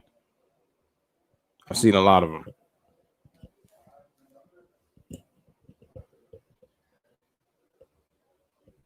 But to give respect to the Tigers, I've never seen a double play tandem like Alan Trammell and Lou Whitaker for sure.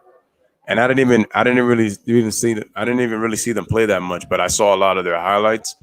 And bro, I'm like these are some of the two best defensive players that I've seen in terms of turning in terms of an infield tag team between these two.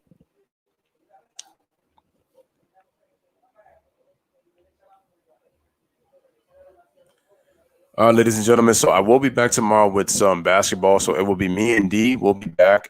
So we got a strike by Austin Bryce, and the hitter, excuse me, is Clint Frazier.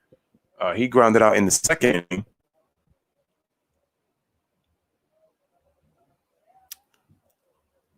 All right, here's the pitch, and the ball is on the inside corner for strike two.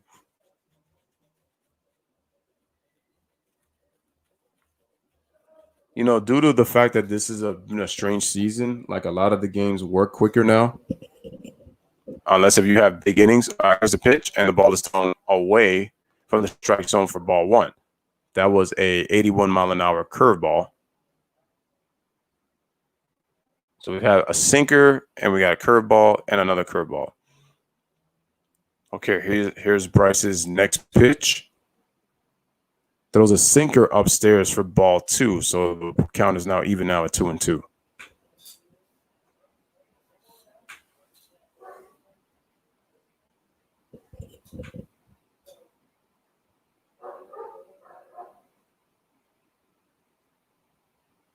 All right, so here's the pitch once again, and swing and a miss, and Frazier strikes out for strike three, one away. Jay says, I think because he had played for the Tigers and they weren't very good except for the years of 84 and 87. And Jay says the Cardinals, they destroyed us in 2006. I know you guys lost in 5 games. It's crazy. All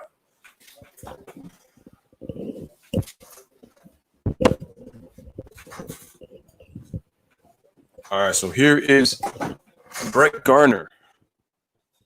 Feel like he's played forever for our team.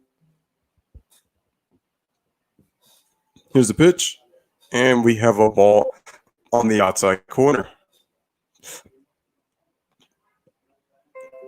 By the way, today's the last day of the NBA bubble. The play-in start tomorrow. All right, here's a pitch, and there's another ball for ball two. So the count is 2-0. And then 2010 Tigers, we got swept by Bumgarner and the Giants, man. It was embarrassing, and I thought that was our best chance to win. Oh, that's right, because your team went to the World Series in 2010. That's right.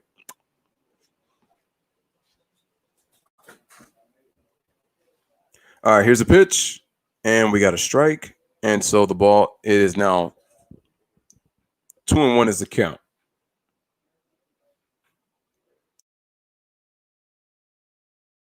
So Brett Gardner in the hitter's count. We got a 2-1 game.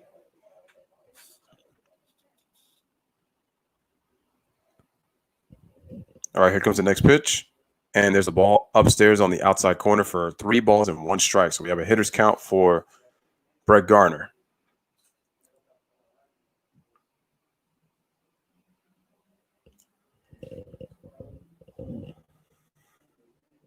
I don't know if you guys can see it, but I am using the microphone right now.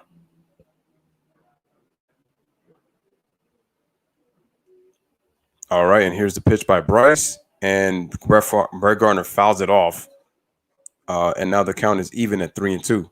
Wow, Brett hit that baseball like a golf swing, like a golf ball. Jay says the 2011 Tigers, I think, lost in the ALCS to the Texas Rangers, and yeah, the Rangers, who should have ended up winning the World Series, ended up losing to the Cardinals. I think that team only won 90 games, 90 and 91. All right, here's the pitch, and the ball is inside for ball 4. So we got 2 on, man. So we got one. So we got 1 player on first base. And who is this pretty lady right here?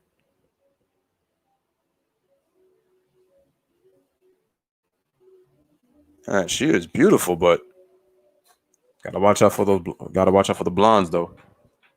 Wait, her name is Garen Austin.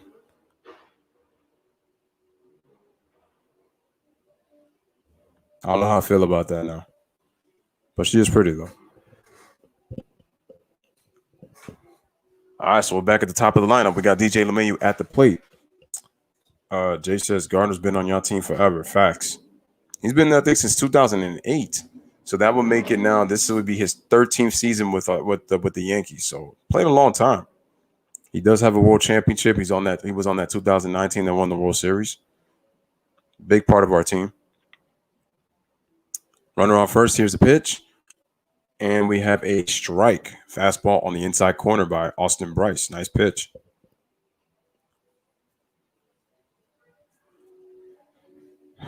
If you guys are just tuning in, score is 2-1 in the bottom of the 4th inning. DJ LeMahieu was at the plate. He's having a terrific season. Leads the league in hitting right now, currently at .433 batting average. Last year, lost the batting title to Tim Anderson, who ended up hitting .335. LeMahieu finished hitting .327. So second in baseball. Here's the pitch.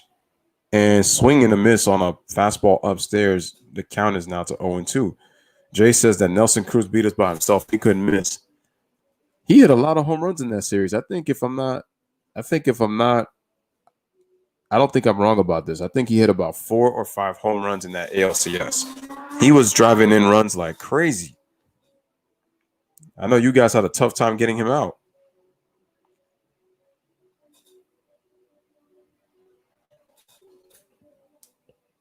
Yeah, Nelson Cruz was like a one-man army in that series.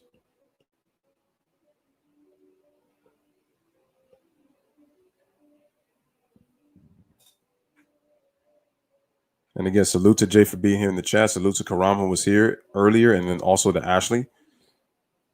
Oh, by the way, happy birthday, Ashley. I forgot to mention. Well, I did mention happy birthday on Amir stream when he was there. Like I said, I'm gonna get back on my baseball ground for sure. I gotta get back on these baseball games. I might even do a Tigers game. Who knows, man? I think that'd be sweet. Wouldn't it, Jay? I do a Tigers game. Who are they currently playing right now? Oh, they're playing the Indians right now. All right, here's the pitch. And we got a ball inside for ball 2. 2-2 is the count. With 1 out, we got a hitter on base. That is Brett Gardner.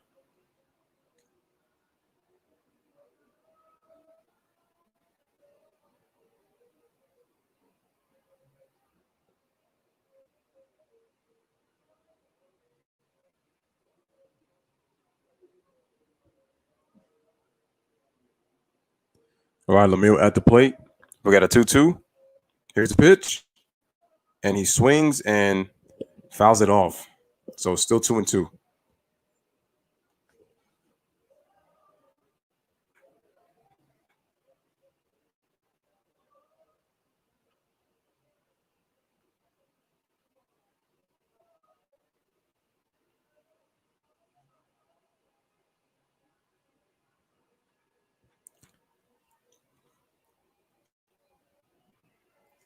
Oh, he had 5, so I was close.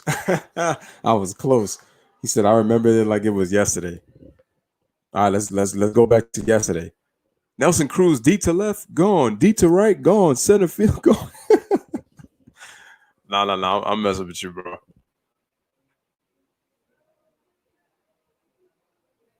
Yeah, but I will say, man, I felt that the Tigers, I felt like that 2010 and that 2011 team, I felt like would have won at least one championship.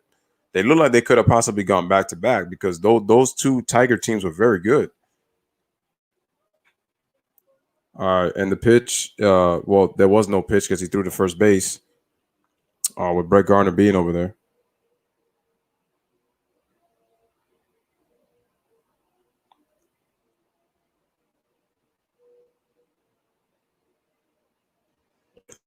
So we got a runner on first. We got two. We got one out.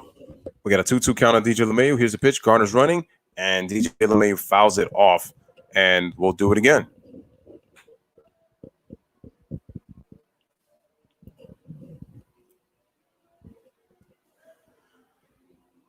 Still in the bottom of the fourth inning. The score is 2-1. Yankees lead by 1 run over the Boston Red Sox.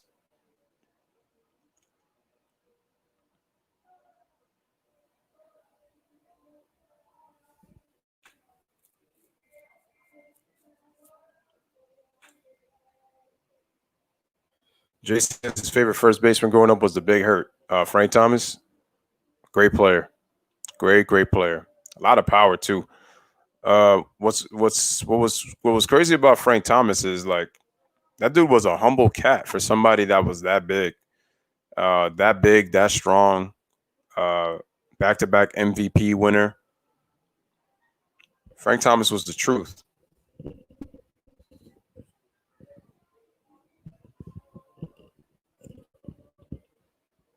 That dude looks like he has the softest heart for somebody that big and strong, though. That's what gets me out of Frank Thomas every time I watch him.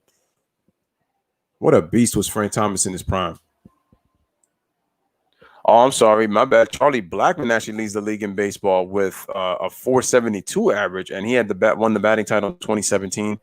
Oh, and DJ LeMahieu actually won the batting title with Colorado back in 2016.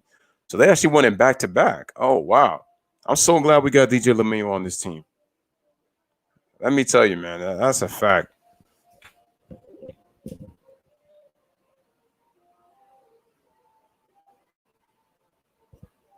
That is a fact.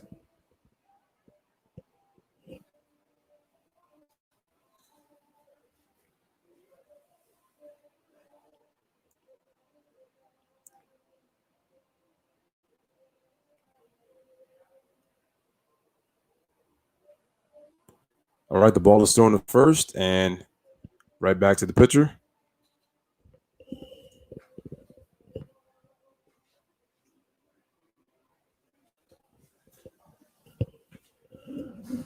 No, the Giants one. Yeah, I the Giants one. I get that one because I still remember, and that was at the time that Tim Lincecum was beginning to struggle. Wow, the throw is second, and he is safe. All right, Brett Gardner is able to steal second.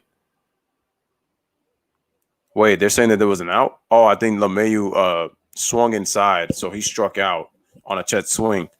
But anyway, yeah, I remember Tim Lincecum was on that Giants team, and that was when he was starting to struggle. After he had. Oh wait, Brett Gardner's actually out. Damn, that's actually not close right there. I thought he was out for at first. I thought he got there safe, but it looks like the glove just beat the hand to the bag. Are they going to review it? I think the umpires want to go review it. Yeah, they're gonna have to check that. That could be a strike him out, throw him out.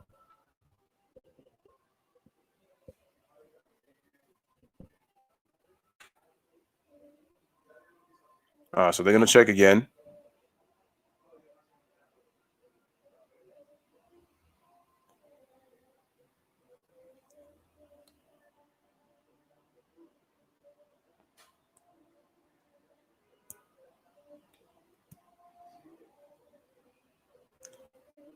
Man, that is so close.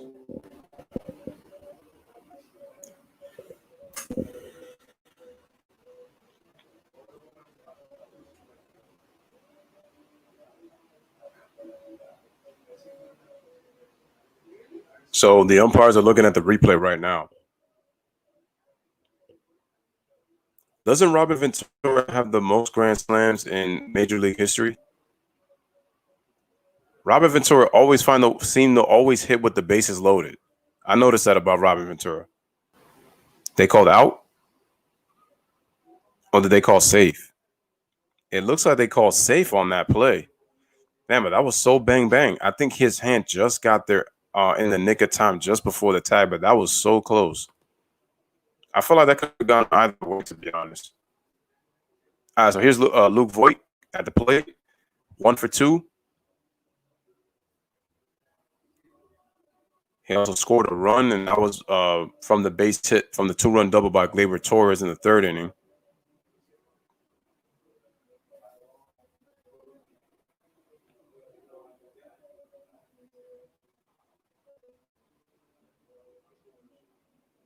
All right, here's the pitch, and the ball is fouled away by Luke Voigt for strike 1.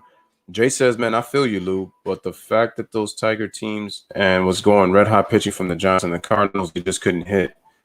Yeah, the 2006 one, yeah, the Tigers struggled offensively. I remember Curtis Granderson struck out a lot in that World Series in 2006. So I feel you on that.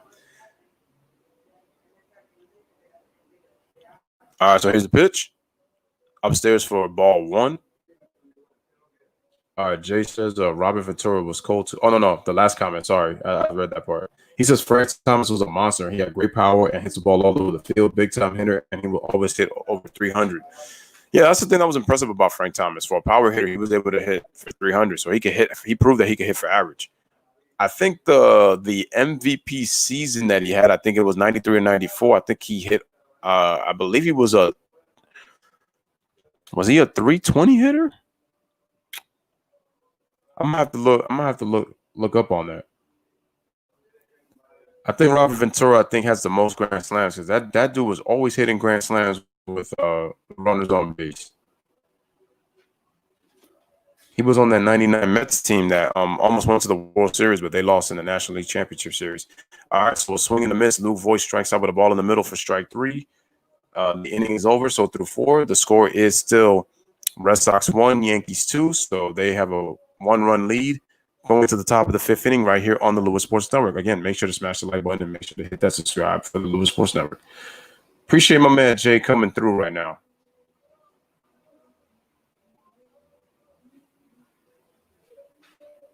I see the Thunder and the Clippers are in a close game right now in the bubble. Let me just type in. So I'm gonna type in Frank Thomas. Let me just look at the statistics real quick on that.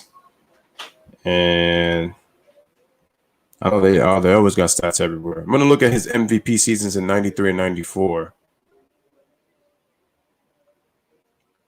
Wow, he was his very first game was August 2nd, 1990. He was only 22 years old. He's from Columbus, Georgia. He went to Auburn University. Man, my dude was 6'5", 275 pounds. Wait, the only guy that I think about the 6'5", 275 is The Rock, the People's Champ. Wow, look at that. People's Champion, The Rock. Wow, look at these numbers, bro. Look at these numbers.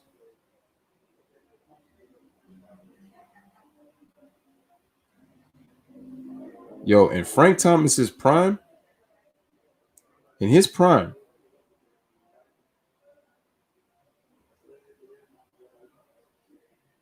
he's a career 301 hitter. I think he was MVP in 93 and 94. In the 93 season, he had 317.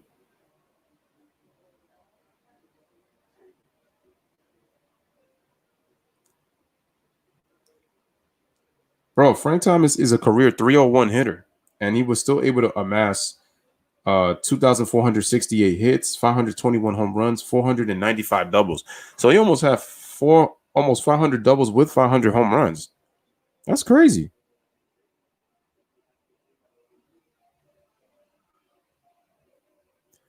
So we got a ball. Top of the fifth inning. Yankees lead 2-1. Jared Cole on the mound.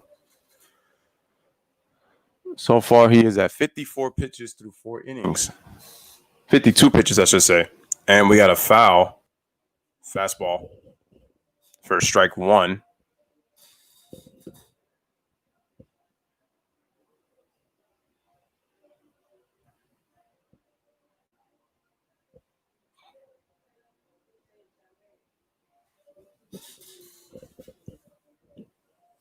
All right, so Jared Cole deals, and that's a ball of 2-1.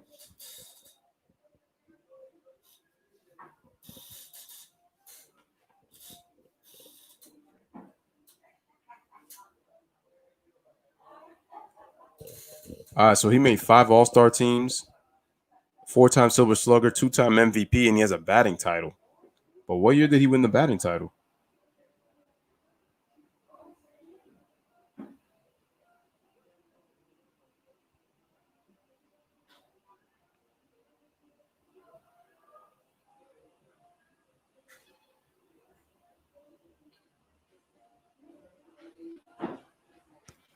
So we got a 2-2 count. Here is the pitch, and the ball is driven to right field. But Mike Tauchman is there to make the out one away.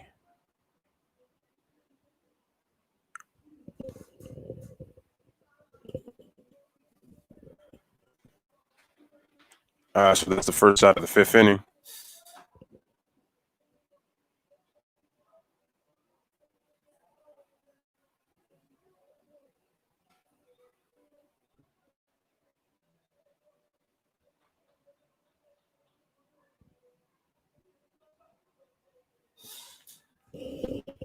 All right, so Garrett Cole on the mound throws the pitch, and we got a ball. Who was the hitter? The hitter is Christian Vasquez. Mitch Moreland was the one that just fly out to right field. Yeah, come on, man. 6'5", 275. I told you he's the Rock, because the Rock was that same height, same weight. He was amazing, Lou. Mm-hmm.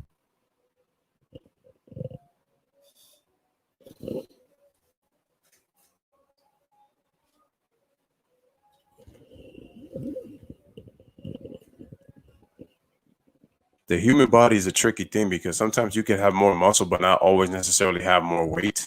It's weird. It's weird.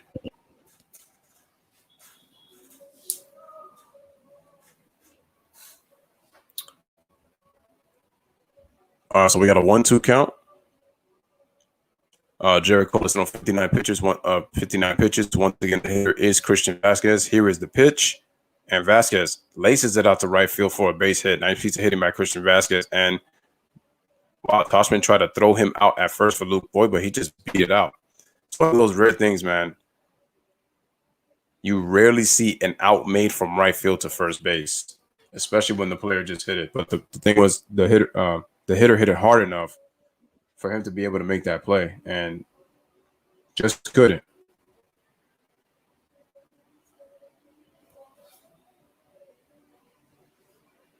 All right, so we got a runner on with 1 out.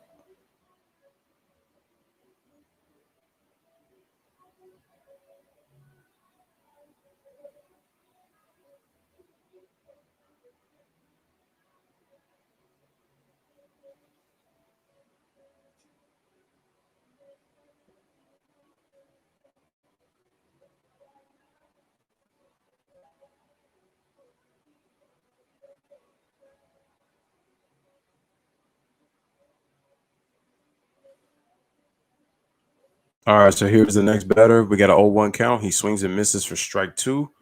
Let's see who the hitter is. The hitter is Kevin Pillar. Okay. Just trying to make sure that I keep in track.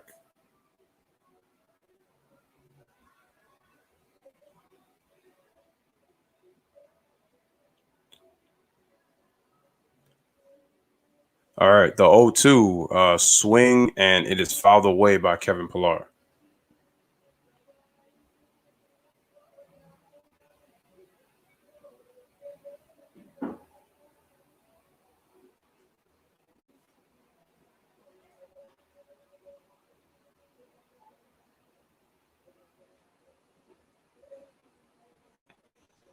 All right, so we got an 0-2 count. Here is the pitch, and the ball is upstairs. Oh, she almost hits Kevin Pillar in the face. That was a beautiful, nice strike him out, throw him out right there when Jonathan Aruza was on the plate. Jonathan Arouse, excuse me. So we got one out, runner on top of the fifth inning. 1-2 is the count. Here's the pitch, and he swings and misses for calls for a strike 3. 2 away.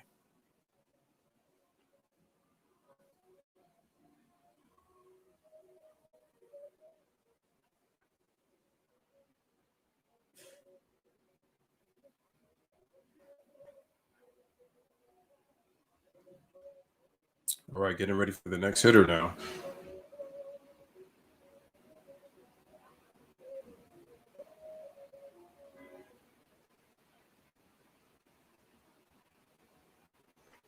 All right, so we got a. Oh wow, so we got a hit, and the runners are on second and third with 2 outs right now. So nice piece of hitting. Nice piece of hitting by Jackie Bradley Jr. So the Red Sox have got runners on second and third with 2 outs remaining.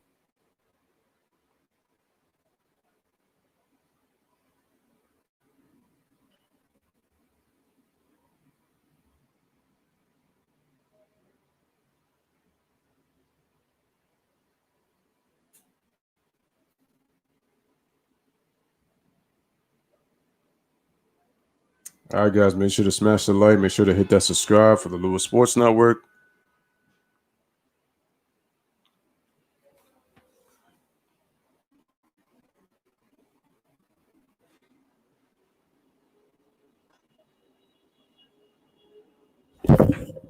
Wow, my mic just almost dropped. Look at that.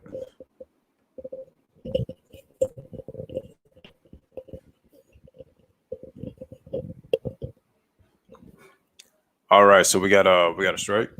All right, shout out to Karam. He says this is the thing that I need to get off my chest. Frank, the Rockets don't have depth. I see what you mean. Jay says I think that's a very good comparison. Frank Thomas was Miguel Cabrera back then. Garrett Cole's a very good pitcher, and he'll be huge for y'all, Lou, especially in the playoffs. No, we needed a playoff pitcher. That's facts. Because we have not had one in a long time. I thought it was going to be Tanaka, but his pitching always comes and goes. And I know that Garrett Cole, he struggled in the World Series against the Nationals, but they were just hot. They played hot at the right time. They also had Anthony Rendon on that team, which they don't have anymore. And let's face it, man, Scherzer in his starts pitch lights out. Anibal Sanchez did. Patrick Corbin, and then you have obviously Steven Strasburg. Come on, man. The weird part about that World Series was nobody won a home game that entire series. You know?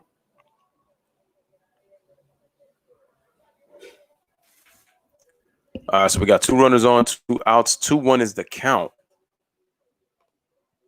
to Jonathan Arouse. And the pitch, and the ball is hit to third baseman Urshela. Fields it and throws the out at first, and the inning is over. So Garrett Cole escapes out of trouble. Looking pretty dangerous for him, but he was able to get out of the jam. And the score through the middle of the 5th inning, heading to the bottom of the 5th, the score is now 2-1 still in favor of the New York Yankees. Smash that like button, hit that subscribe button. Jackie Bradley offense sucks. I told you, man. Jackie Bradley, I told you, he's a decent hitter. He's had some decent hitting seasons, but he's not that good of a hitter. He doesn't really produce runs like that. But he's a great defensive center fielder. He's very good.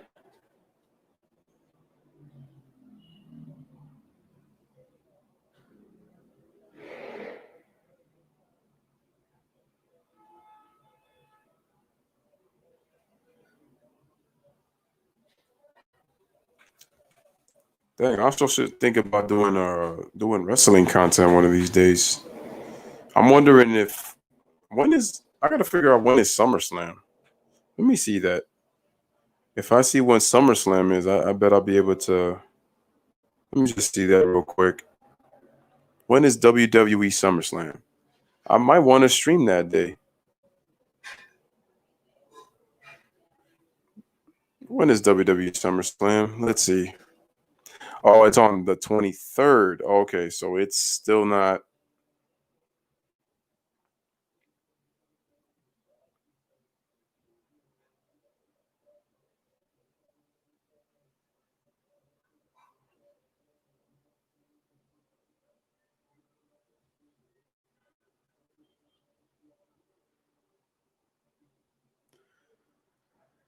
All right, guys, so we're getting ready.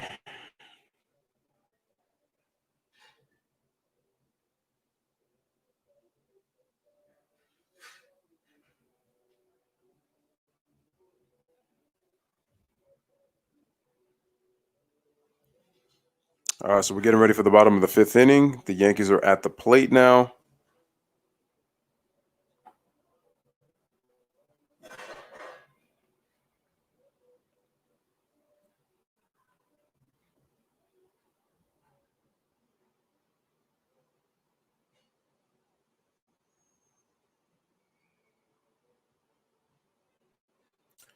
Let's see who's at the plate right now.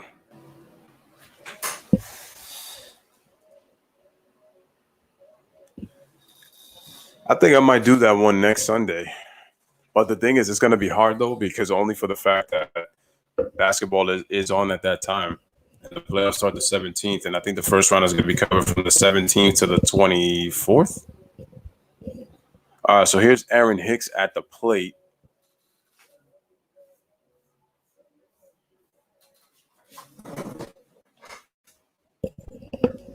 All right, here's the pitch, and we have looks like it's a ball.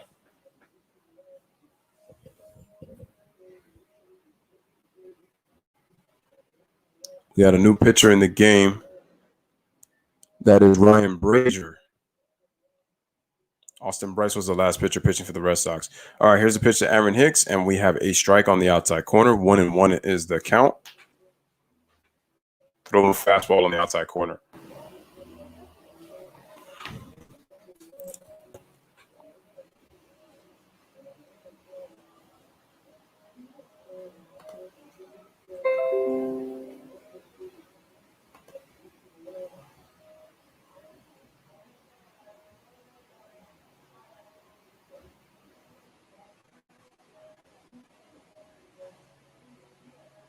All right, here's the pitch. Swing and a miss by Aaron Hicks for strike 2.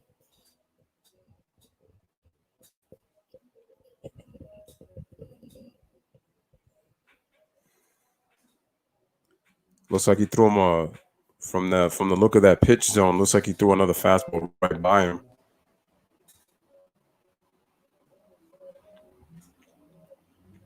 All right, so we got no outs. 1-2 is the count. Here's the pitch, and the ball is low for ball 2. 2-2 is the count.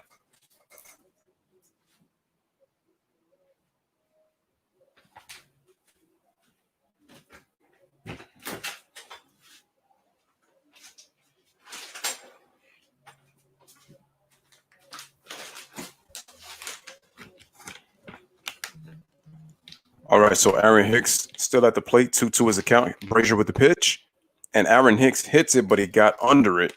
It's a pop fly going to just about right center. Jackie Bradley Jr. is there to make the play. 1 away.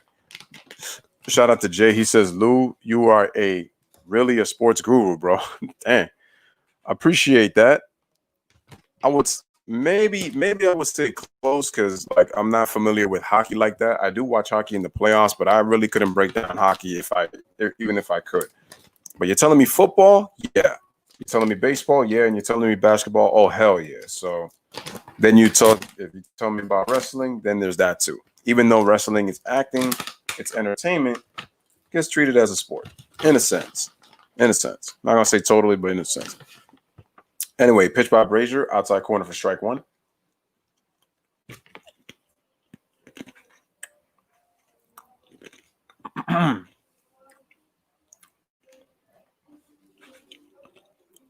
Wait, who was the last hitter? Wait, the last hitter was Aaron Hicks.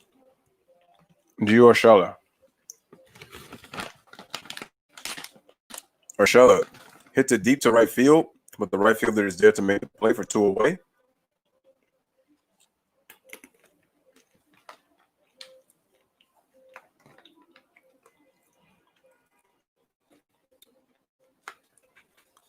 All right, 2 away. And now that'll bring up Gleyber Torres, who is 2 for 2. Starting to get out of his slump a little bit. Had a 2-run double. Got a single. I mean, he's the only one that drove in 2 runs right now.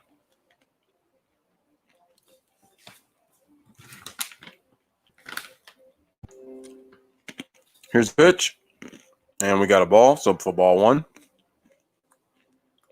So we got 1 ball, no strikes, 2 outs. Bottom of the 5th inning. Yankees lead 2-1 over the Boston Red Sox.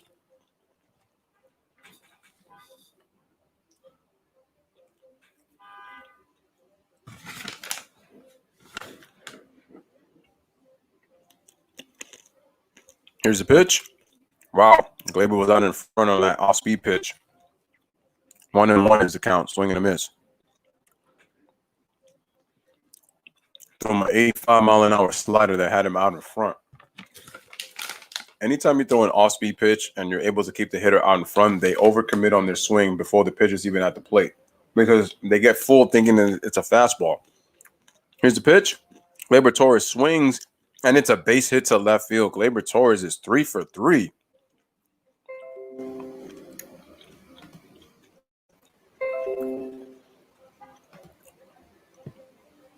All right, so nice piece of hitting by Gleyber Torres, man. He threw him a fastball. Had too much plate. And Gio Urshela just slaps it into left field. Nice piece of hitting.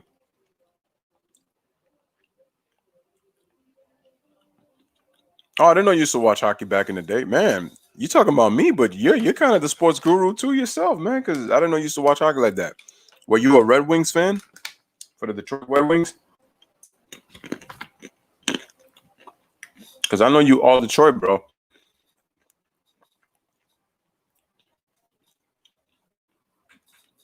Also know Frank Thomas was your guy too.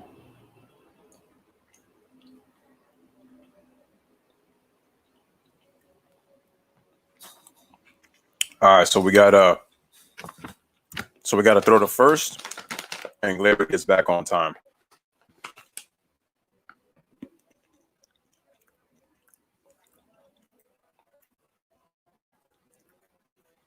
I guess they called the ball on that last pitch, but that ball was outside though. All right, here's the pitch. Fouled away by Mike Tauchman for strike 1.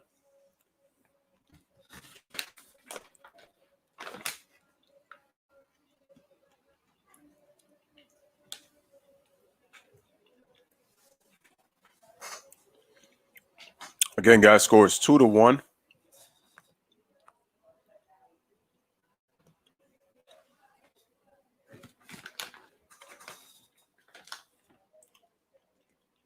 Here's a pitch, swing and a miss inside for strike 2.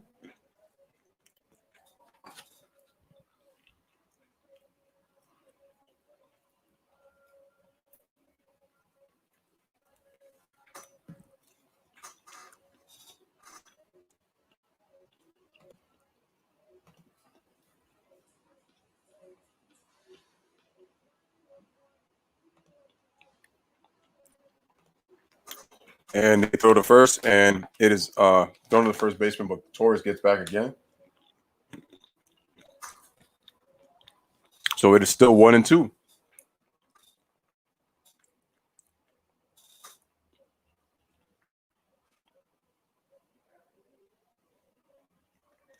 And again, throw to first.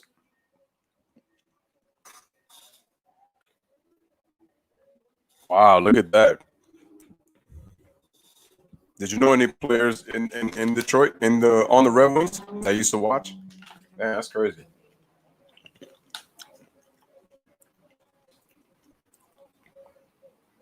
I went to one Rangers game,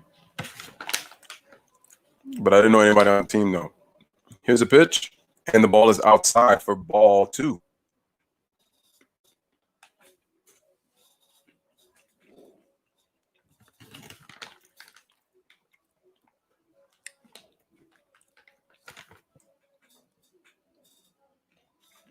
Well, that's pretty cool, Jay.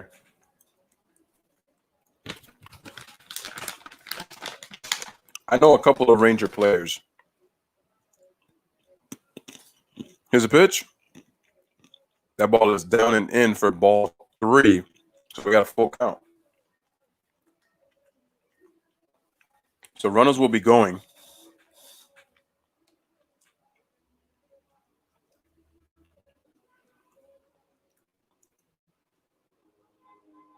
Steve Yzerman.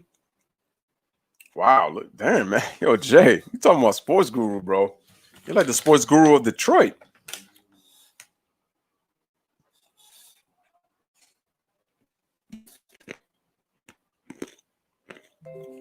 Shout out to Gerald. Oh, he's an Orioles fan. Okay, that's cool. Congratulations on 100 subs, Gerald.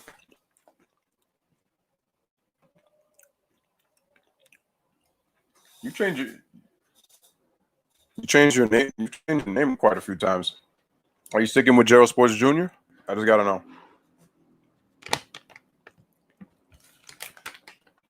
Here's the pitch.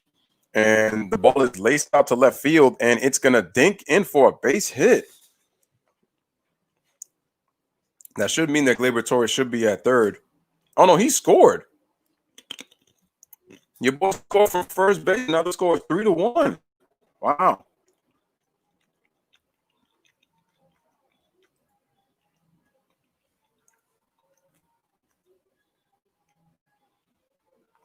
That's cool.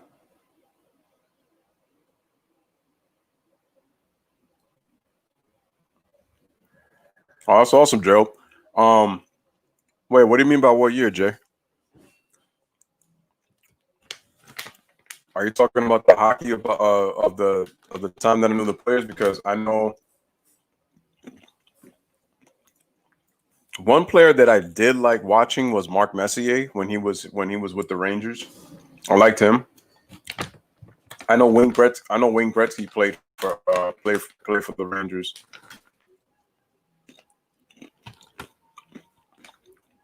Wow, Gary Sanchez goes deep to left field, but it is foul. He just was out in front.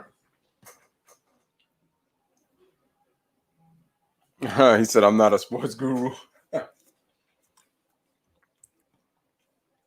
you do certainly know your sports, though.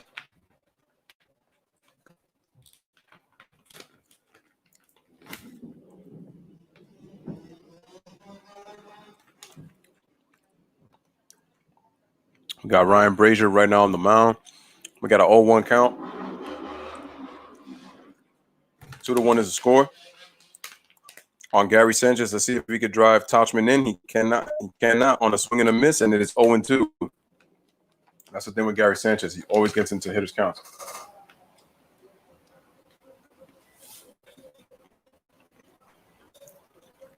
Chris Davis. Chris Davis used to hit a lot of home runs, but he damn sure struck out a lot too. But I think one year he hit 53 home runs.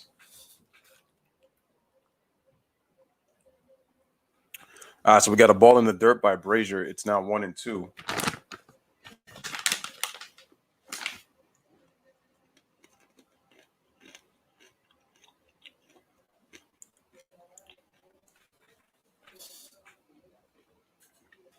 Oh, that year that I went to the Rangers game, what was it? I want to say 2014 or 15. Sometime that time. All right, here's the pitch. Gary gets jammed. Brazier was pointing up for Vasquez to look, but the ball went away for the foul.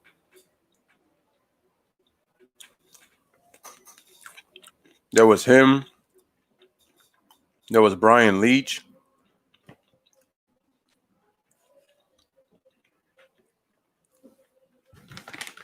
I know we just had Jaromir Jagr.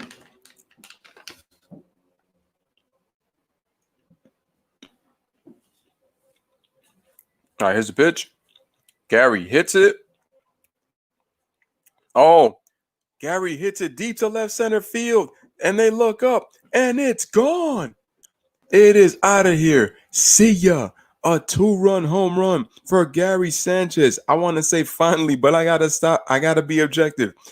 He hit the 2-run shot, ladies and gentlemen, with a runner on second, and the Yankees lead 5-1.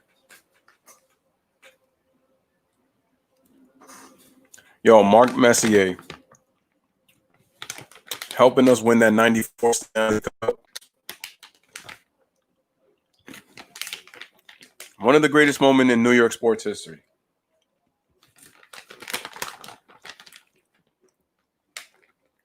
Gary goes deep on Brazier. All right, here's Clint Frazier. Strikes one. Gary Sanchez, I said go deep. That was a beautiful swing by Gary Sanchez.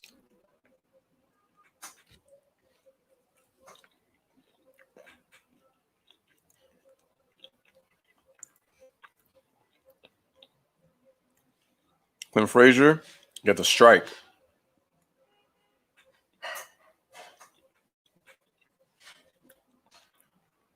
Bro, my favorite part when a player hits a ball is when the outfielders just take two jogs, or either they don't move and they just look up and the ball's gone. It's so funny. It's so funny to me for some reason. All right, Clint Frazier. Or when they go to the wall thinking they got a shot and that ball is nowhere near them. We got a 1-2 count on Clint Frazier. Bottom of the fifth inning. The Yankees have extended the lead by 4 runs. Score is 5-1 over Boston. The Yankees win today. They'll go to 13-6, which will tie them with Oakland with the best record in the American League. All right, so we got Clint Frazier hits it, but it goes foul. But surprisingly, I did not know that the Chicago Cubs have the best record in baseball. Also, what's surprising is Colorado's 12-6. I told y'all that Charlie Blackmon, that dude is a beast. I know he plays in Colorado, but that dude is a beast. He leads the league in hitting 472. Charlie Blackmon is a great hitter. That dude is underrated. But they'll hate on him because he plays in Colorado. They're like, well, anybody can hit there. A great hitter can hit anywhere. Pitcher's ballpark, hitter's ballpark. Great hitters can hit anywhere. It's just harder to hit in a pitcher's ballpark because the dimensions are different. There's more foul territory.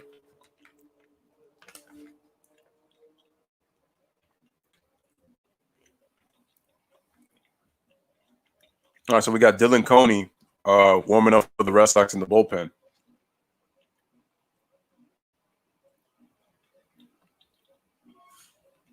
Facts, Jay. Great defenseman with Brian Leach. Here's the pitch. We got a swing and a miss, and the inning is over. Clint Frazier strikes out, but not before the Yankees get 2 runs on 2 hits. Nobody left on base. The big blow was a Gary Sanchez 2-run home run. His bat finally beat to the ball. And the Yankees now lead by 4. They lead by the score of 5-1 heading into the 6th inning. Once again, smash the like button, hit that subscribe button for the Lewis Sports Network. Truly appreciate that, guys.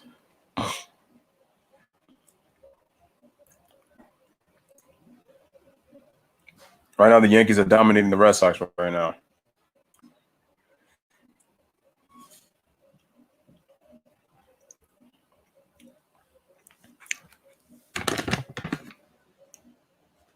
Yeah, I would have to really understand hockey if I was to like kind of study it and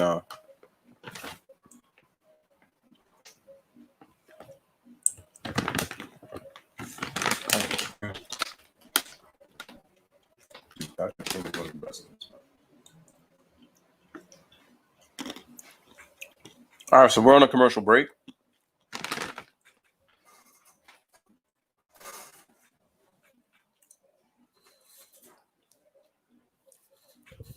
Yeah. I had bigger numbers when I did other baseball streams, but I'm definitely going to be doing more baseball content coming back. I'm going to try to squeeze that in along with the NBA.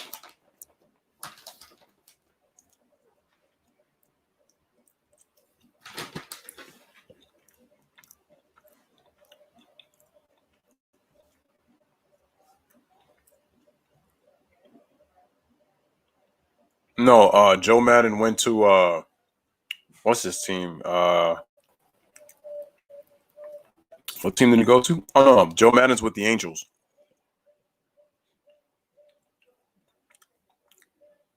No, I knew the Cubs would have one of the best records in the league, but I'm just surprised that they have the. I'm a little surprised that they have the best record in baseball. Though. How about this? San Diego is 11-9. They've been one of the worst baseball teams for I don't know how long, and they're 11-9. And the Houston Nationals, the team that everybody hates, is 8-10. The Rockies are 12-6.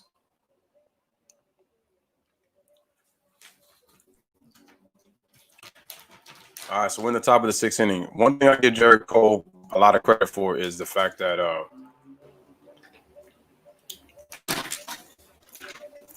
he could give us at least 6 innings. Here's Alex Verdugo, who hit a home run off Jared Cole back in the 4th inning.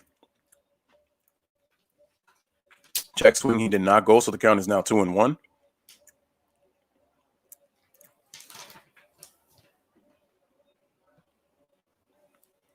All right, here's the pitch, and we got a foul tip, strike 2.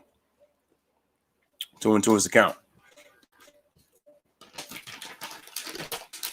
Right now, the game is at about, I want to say, 2 hours and 7 minutes in. When a game is unmanageable, that means it goes past the 3-hour limit. So it goes after. If it's under 3 hours, it means it was a manageable game. That's how it's described for those who don't know the difference between a manageable game and an unimaginable game. No, you're good. No, you're good. I do know who John Madden is, though. Great football coach. Coached those Oakland Raiders.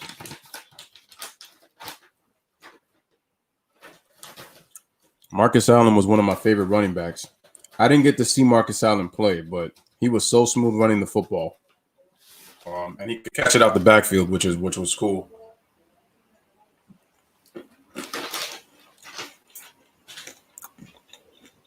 All right, so Verdugo takes it deep to center field, almost close to the warning track, but Aaron Hicks makes the play for the first out of the inning. So they're showing the longest win streaks in Major League history. We got Carl Hubble, Roy Face, we got Jake Arrieta, Roger Clemens, we have Rube McCard. Never heard of that name. But Jared Cole is 6th all-time in consecutive win streaks. He's got 19. Rafael Devers at the plate. He's also off to a slow start, 164. Takes the ball upstairs for ball 1. 1-0.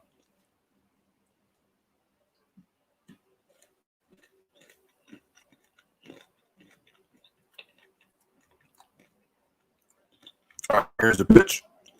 And Devers swings it the other way, but the ball goes foul into the seats at left field.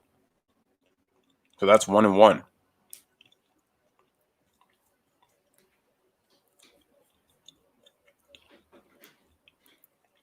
Rafael Devers was actually one of the better hitters last year because I know he hit well over 300. I think he hit 317 or 318 last year. All right, here's the pitch. Devers pops it up to right field. Tauchman makes the play for two away.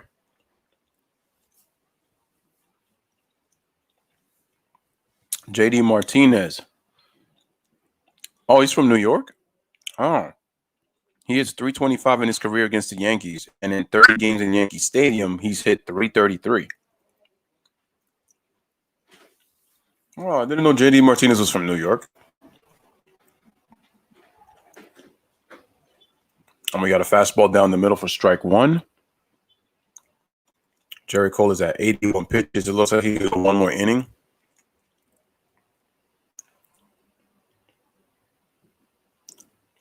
All right, here's Jerry Cole on the windup and the pitch. Nice breaking ball for strike 2. Beautiful breaking ball in the outside corner.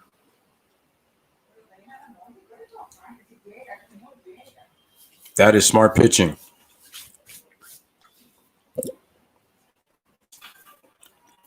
All right, here's the pitch. Swing and a miss for strike 3. Good morning, good afternoon, and good night, Mr. JD Martinez.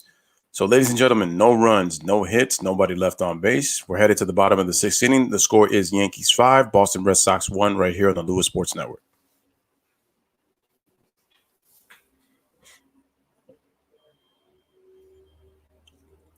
Continue to smash the like button and continue to hit the subscribe for the Lewis Sports Network.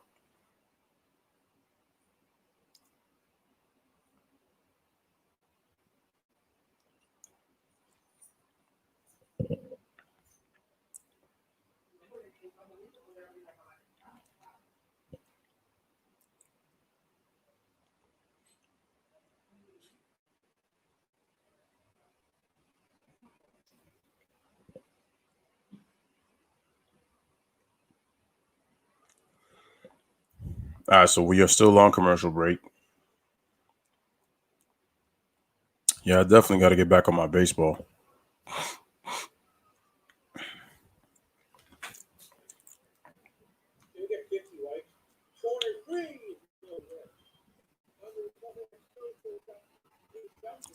All right, we're just waiting for the game to come back.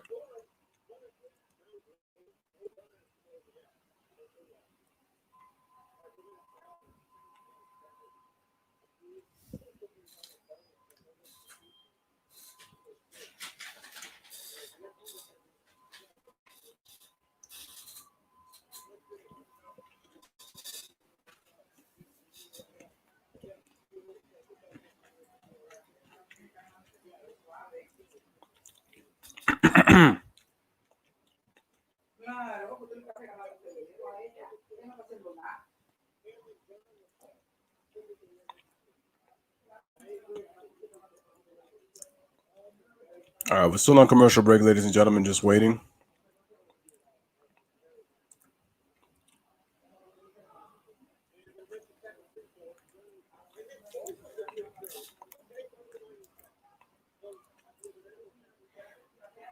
All right, so this, I guess it was showing.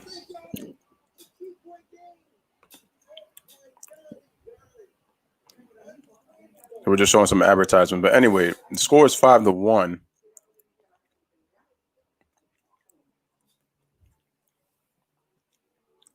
All right, so here's the pitch to Brett Garner, and the ball is the pitch is a strike.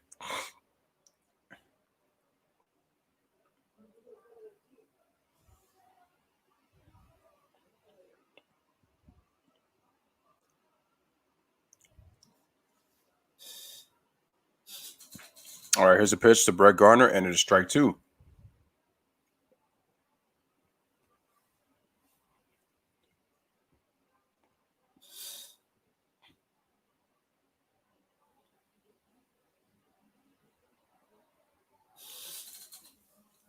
All right, Brett Garner still at the plate. He's on an 0-2 count. Just waiting for the pitcher to throw his pitch. And here it is. And Brett Garner strikes out for the first out of the inning. So that home run by Gary Sanchez was an estimated 457 feet.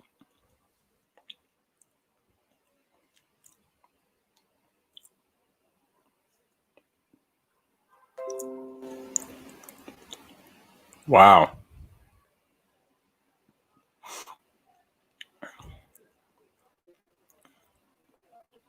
Anyway, so we got a ball on Mr. DJ LeMahieu.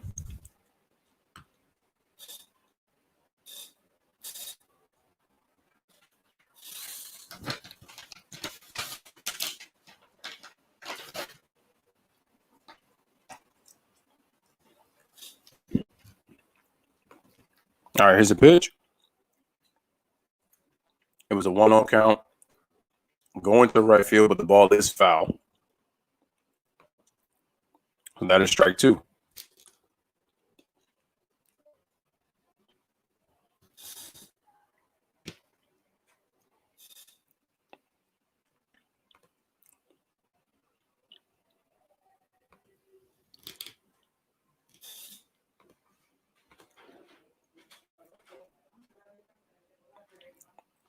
All right, here's the pitch. LeMahieu gets jammed inside, and he fouls that pitch away. It's still 1-2. Bottom of the 6th inning. 1 out. 1 ball, 2 strikes to DJ LeMahieu. Yankees lead 5-1. We are here in the Bronx with the Lewis Sports Network.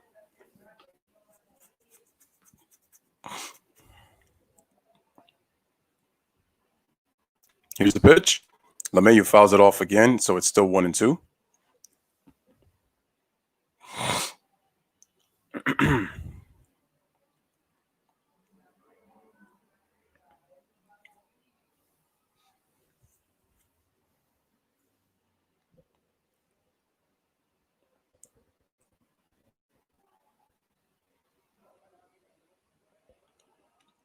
All right, I'll check your chats in a bit, Jay. And so we got a ball for 2-2.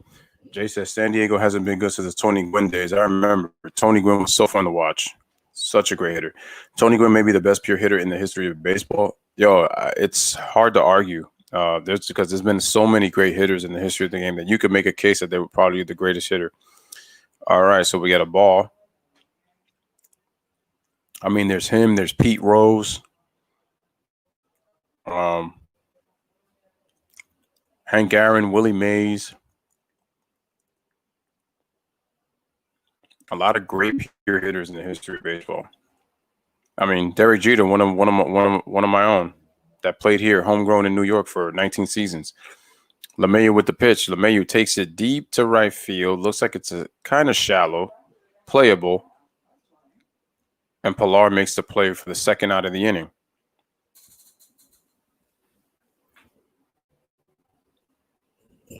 So remember, guys, this is the first game of a 4-game set.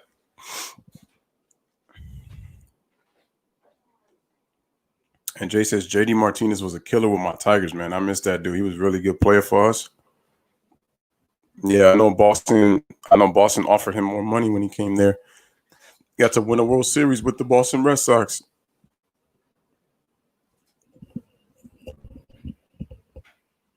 All right, so the ball is hit to right field.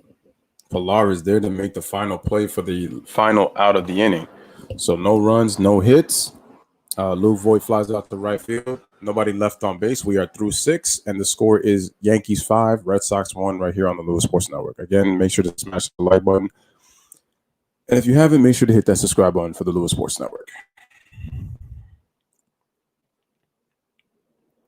Yeah, I'm definitely, like I said before, going to get back on this baseball, man, because it's been such a long time that I've, not done this. I got to see something.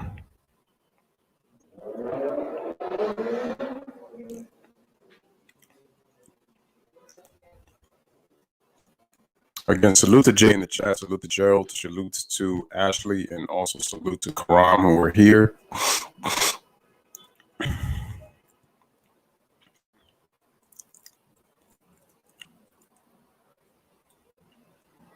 But we're about to head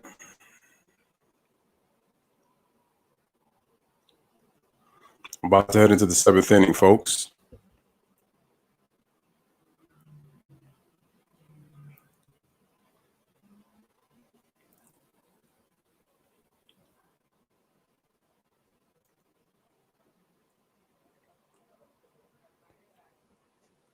So just waiting for the 7th inning to come back. The Yankees right now are beating the Red Sox by the score of 5-1.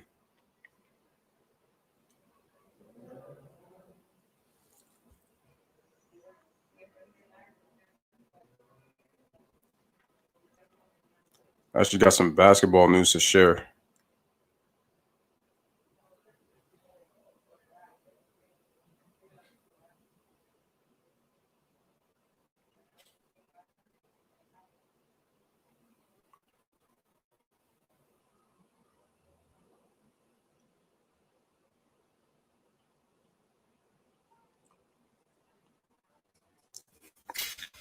Okay, so we're at the start of the 7th inning. Here is Jarrett Cole on the mound. Here is the pitch. Swing and a miss for strike 1.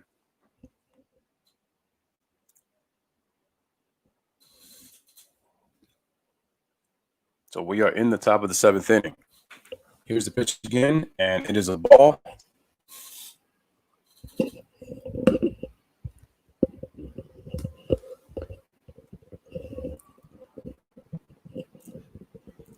All right, once again, here's the pitch. Swing and a miss for strike 2.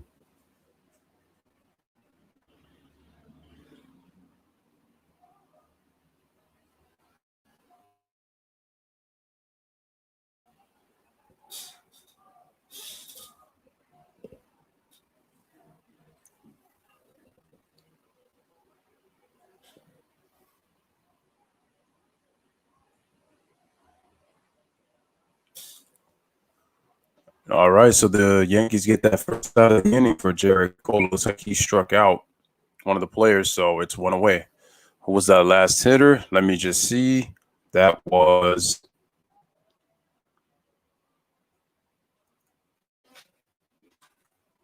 no, that was Xander Bogaerts. Oh, he struck out swinging, so that's one. Now the score. Now the pitch is to Mitch Moreland,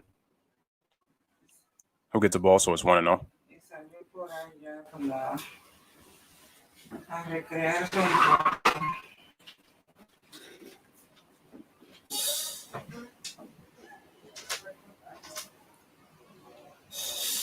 Here's the pitch, and we got a ball, so it's 2-0.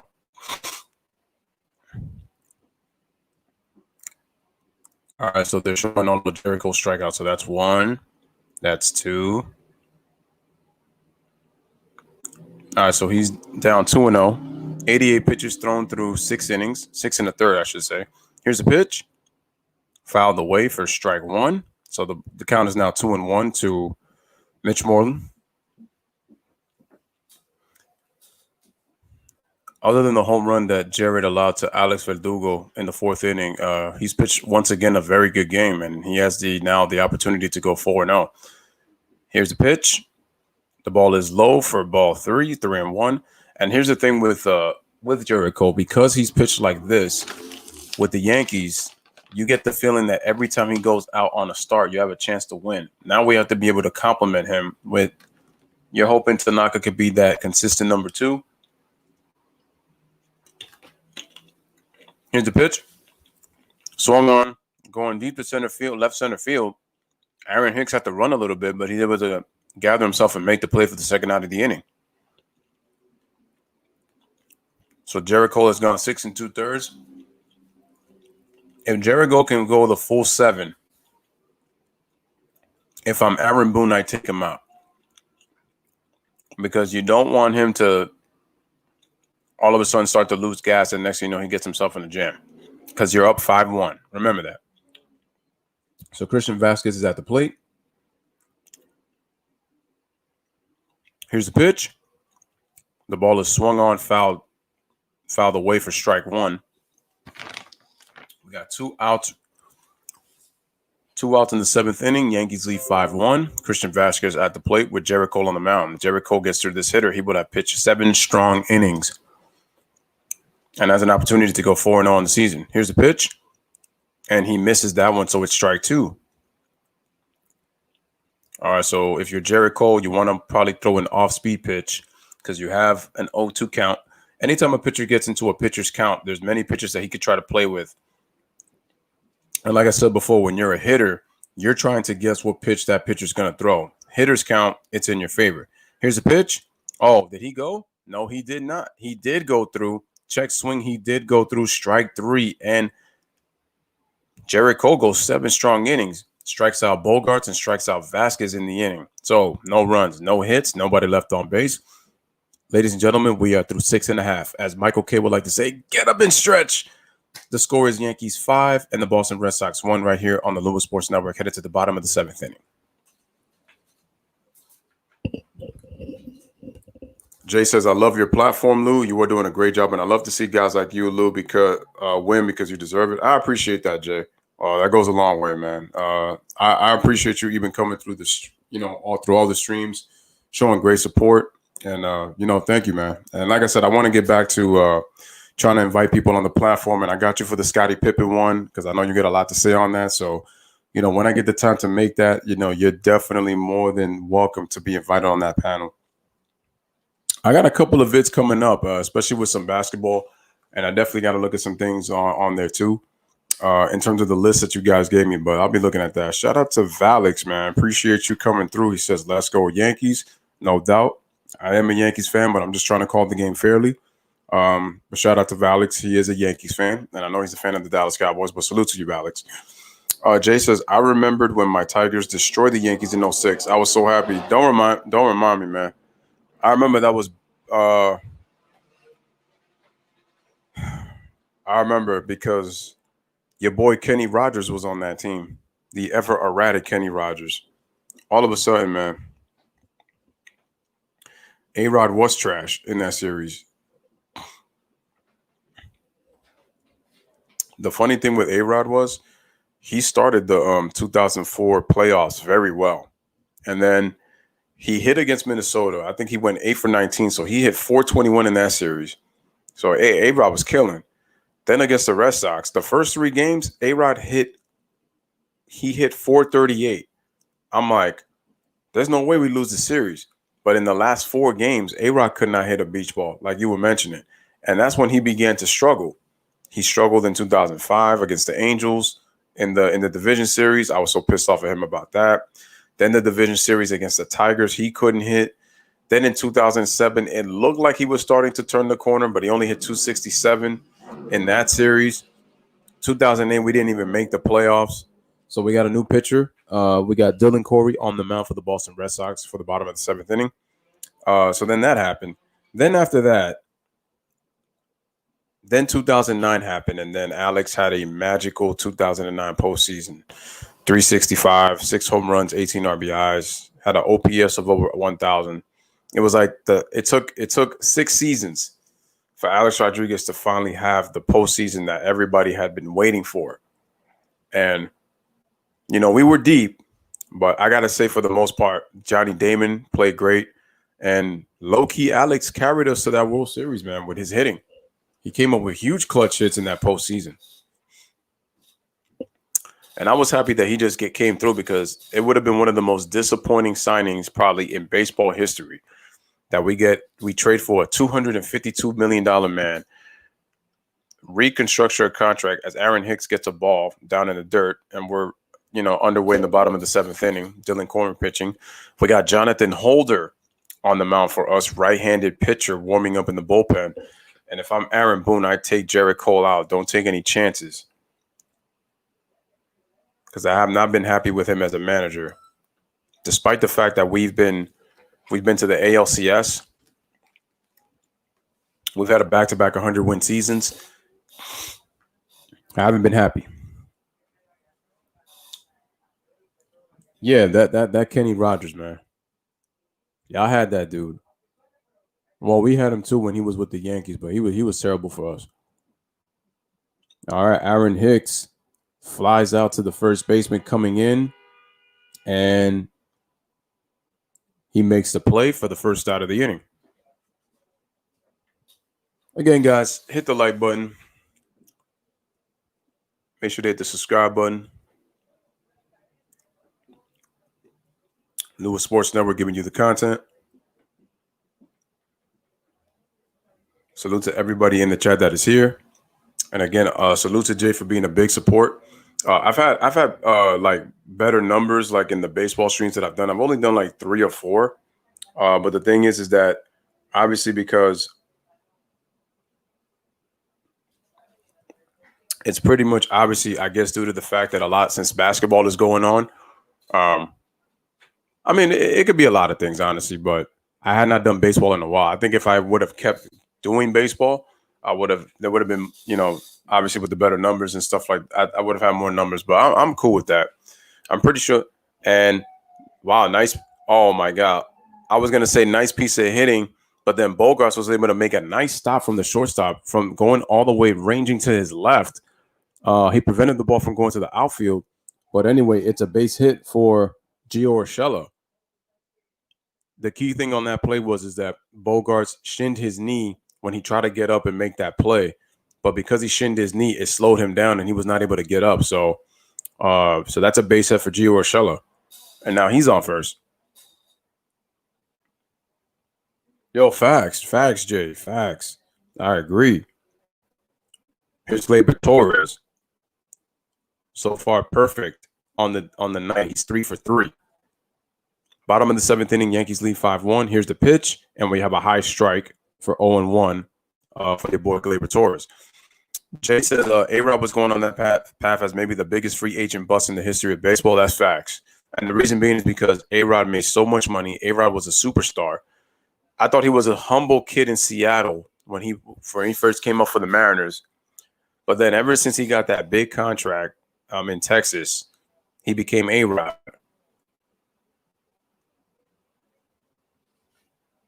And I remember we traded to get him because he was supposed to be in Boston.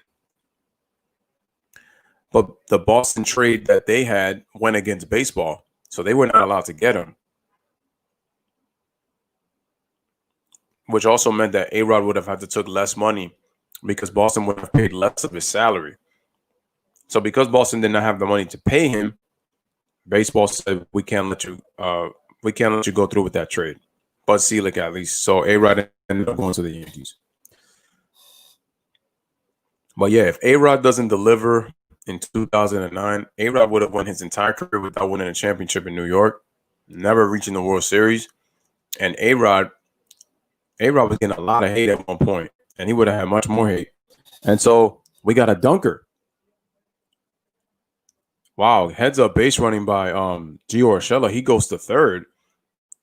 Nice piece of hitting by Gleyber Torres. I mean, he got jammed a bit, but he was able to dunk it into center field. Gleyber Torres is 4 for 4, ladies and gentlemen. 4 for 4.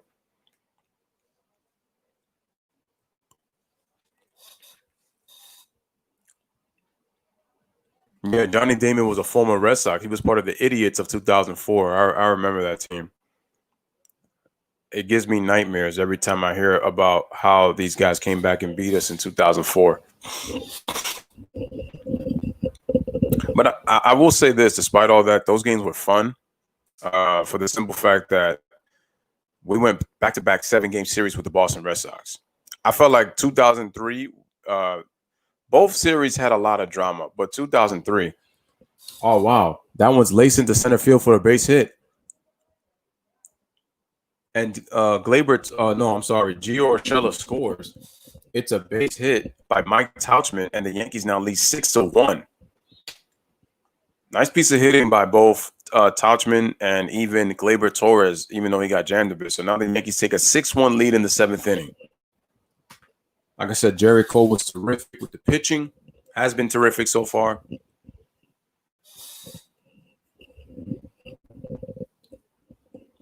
Yeah, so like the 2003 ALCS was one of the best ALCS that I can remember between both the Red Sox and the Yankees. A lot of bad blood. You know, big pitching, big hitting. It was a lot of drama. It was really a nice story. It was a beautiful storytelling of the rivalry. Here's Gary Sanchez. He goes the opposite way. He gets a bit. Oh, wait, it's a foul. I was about to say, I'm like, Gary Sanchez with his first multi-hit game of the season. I was about to fall off my chair. I'm like, when's the last time this guy got 2 hits in a game, let alone 1? I know some people are going to say, well, Gary Sanchez, he was starting to turn the corner. I'm sorry. Turning the corner with 1 hit, that ain't going to do it for me. It's like, I got to see some consistency. Even if you're giving me 1 hit, then 2 hits, then 1 hit, that's showing me at least some consistency. But yeah, Johnny Damon is crazy. He was a Red Sox. He won a world championship with them in 2004, and then he left the team after 2005. And then he ended up with us Yankees, and then he wins a world championship with us in 2009. Yeah, but the Red Sox, they were known as the Idiots. They called themselves him, Kevin Millar, Bill Mueller, Jason Varitek, Big Papi, Manny Ramirez, Derek Lowe, Keith Falk, Pedro Martinez. I know all them dudes. Can't stand none of them dudes. But I respect them, though. All facts. 03 and 04. And we should have beat them in 04, blowing that 3-0 lead. I felt like in Boston, in games 4 and 5 were probably the 2 most dramatic games probably ever in the history of the rivalry. And both of those games went over 4 hours because I think the Red Sox won both games in extra innings.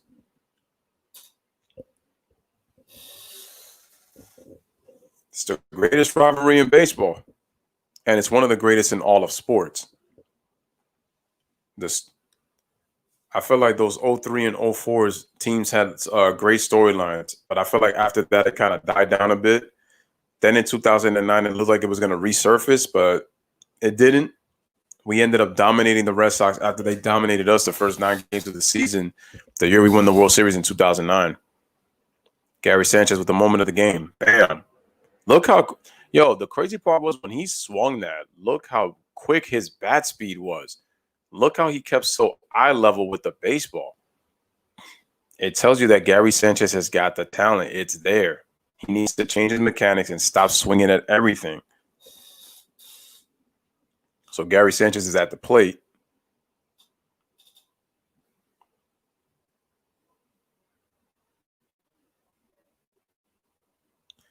Here he is on the mound, and he swings, and he skies it up for strike. Looks like it's 2-2 is the count. He's got 2 runners on base. We got 1 out in the 7th inning, bottom of the 7th.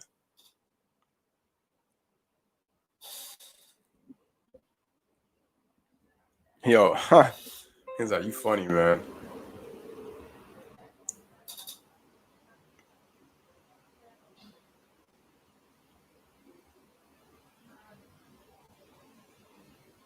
Today. I hope so.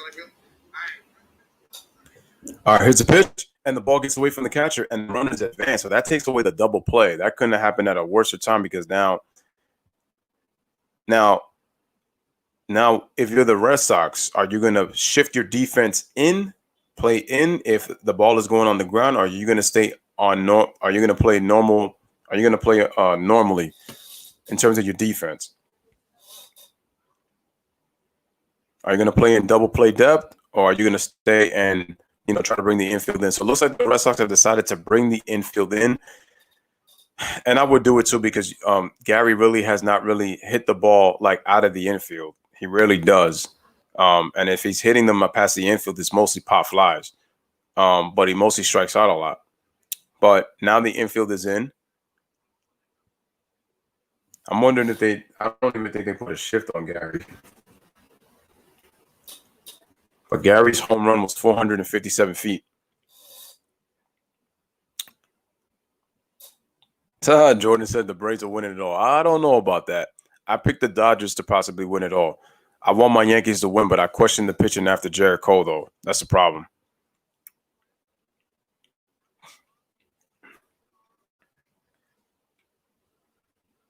Remember, guys, to smash that like button. Make sure to hit that subscribe button for the Lewis Sports Network. Truly appreciate it. All right, so here's Clint Frazier. So Gary Sanchez ends up striking out. We got 2 on, 2 outs. Here's the pitch, and we got a ball.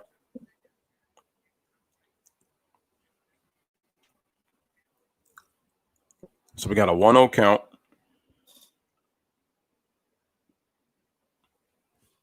Jay says that's the biggest collapse in the history of sports. I don't care what anyone says. Oh, yeah, nah, I'm sorry.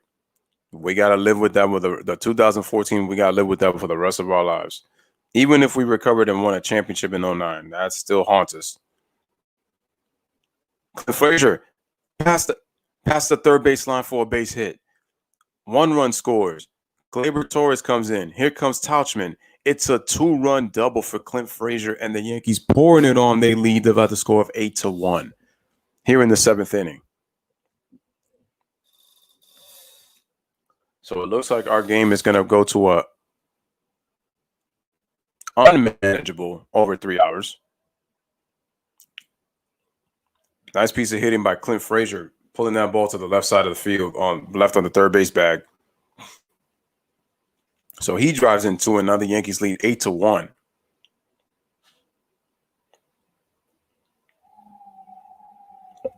Jay says the Braves back in the day were kind of like the Buffalo Bills of baseball. In a way they were, and the reason being is because they went to 5 World Series in the 90s, but they only won 1 championship. The difference between the Buffalo Bills and the Atlanta Braves was the Atlanta Braves did win their only championship. The Buffalo Bills went to 4 straight Super Bowls and didn't win a single damn thing. But I feel like what the Buffalo Bills did, I think, is probably more impressive than I think they're both hard. Because when you look at baseball and you look at football, you don't really get back-to-back champions. It's very rare. It's very rare. Because a lot of times you have one of those teams that end up having a magical season, or it depends on who's playing hot at the right time.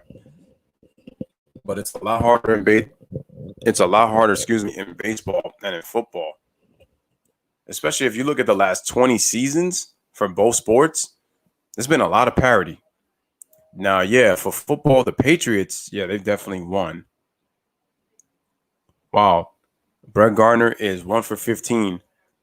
1 for his last 15. Xander Bogaerts against the Yankees this year is 7 for 11. Here's a pitch. Brett Gardner swings, and the ball is taken to second base, and the play is made for the last out of the inning. So Gardner grounds out to second baseman. All right, ladies and gentlemen, so we have 3 runs on 3 hits, 2 men left, runner left on base. Through the end of 7, the Yankees now lead by the score of 8-1 over the Boston Red Sox right here on the Lewis Sports Network. Once again, guys, if you have not, make sure to smash that like button and make sure to hit that subscribe button for the Lewis Sports Network. Giving you Boston Red Sox, New York Yankees. If you are a Boston Red Sox fan, shout out to you. If you are a New York Yankees fan, shout out to you. Right here in the Bronx on the Lewis Sports Network, man. I hope you guys appreciate, obviously, the content, but more importantly, me just doing this game in the play-by-play. Appreciate it.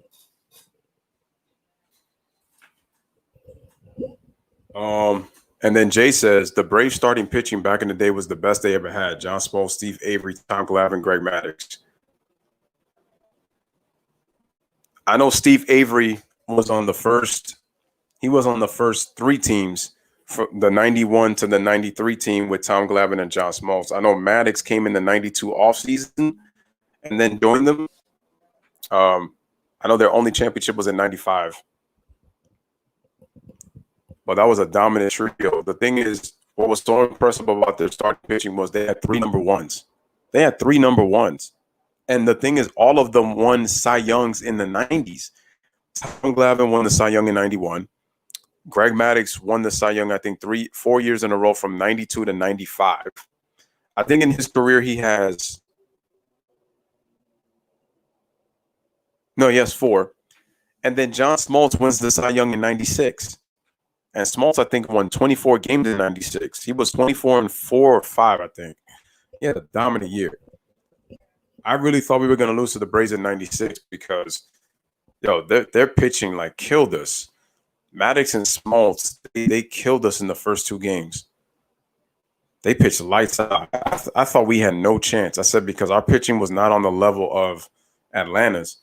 Yeah, we had Andy Pettitte, but and Andy Pettitte, he won 21 games. But Andy had a tendency sometimes to get himself into trouble, especially in series starters, and that's what happened. Andy Pettitte always pitches better at the end of a series than he does in the beginning of a playoff series. I noticed that about Andy. But when it came to the big games, Andy Pettitte was always there, though. When we needed a big game, Andy always delivered. That's what I appreciated about him.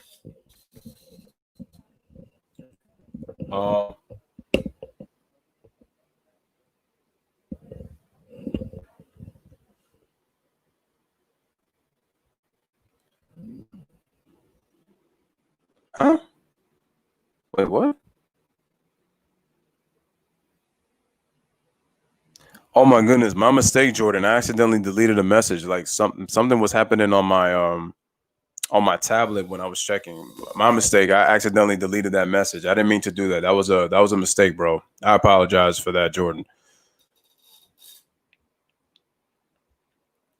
Yeah, I don't know why I did that. Sorry, my thing was acting up. Shout out to Ashley who said she's back. Yeah, that was that missed field goal. I remember. All right, so Jonathan Holder is in. He has a 3-1 count. To who's the hitter? Kevin Pillar is at the plate. 3-1 count. Top of the 8th inning. Score is 8-1 Yankees.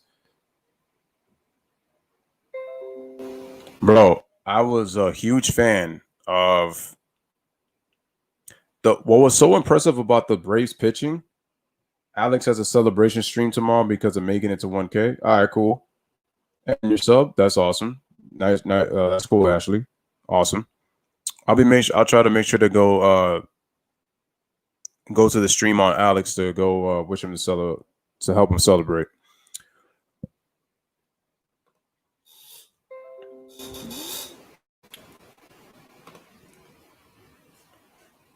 Yeah, so my mistake, Jordan. My bad, man. I didn't mean to do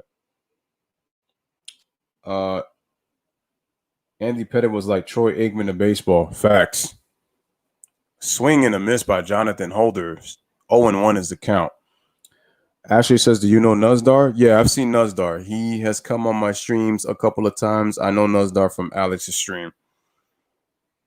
And I've seen him also on Amir's stream on the Sports Critic, Ashley. Yeah, Nuzdar's a good dude. But I know he loves asking for the moderator so much. I remember he was asking me for one. I told him you got to consistently be on the channel. And I was like, at some point when you do, I'll definitely give you one. So.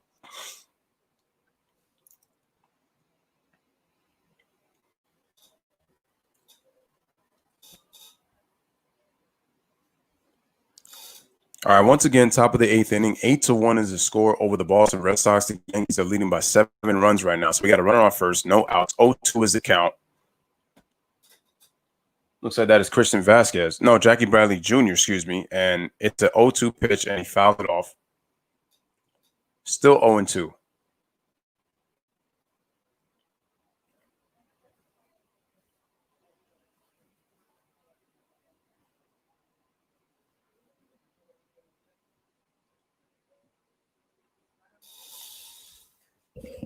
Wait a minute. Is that Aaron Boone they're showing once again? Yep, that's Aaron Boone. All right, here's the pitch by Jonathan Holder. That was a high pitch, so that's a ball. So that's 1-2.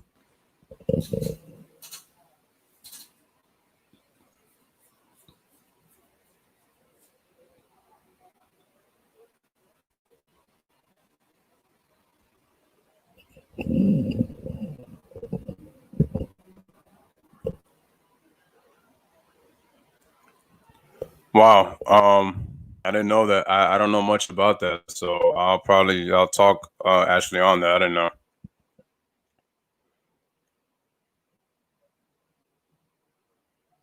All right, so we got Workman in the bullpen on the stream today. All right, here's the pitch, and the ball is outside, so it's now a full count at 3-2. Last thing you want to do is walk another hitter because that'll put 2 people on with nobody out if he's not able to get this out right here. I'm sorry to hear that. All right, here's the pitch, and the ball is in the dirt, so it's ball 4. So after starting out 0-2, he ends up walking Jackie Bradley Jr., and so we now have 2 on with nobody out. The Red Sox do, excuse me.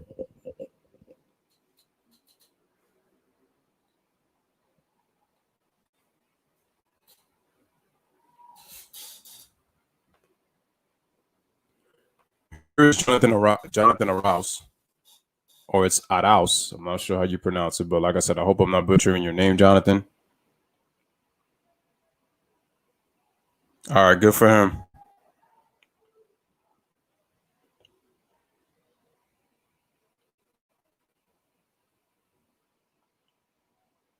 All right, swing and a miss. We got a strike. Strike 1.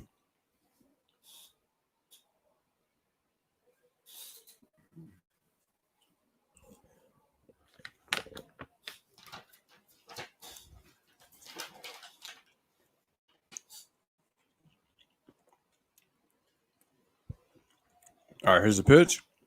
Wow. Lace into right field for a base hit. The runners will advance to second and third. And now the bases are loaded with nobody out. Nice piece of hitting by Jonathan. He was able to lace that pitch into right field. You should never throw.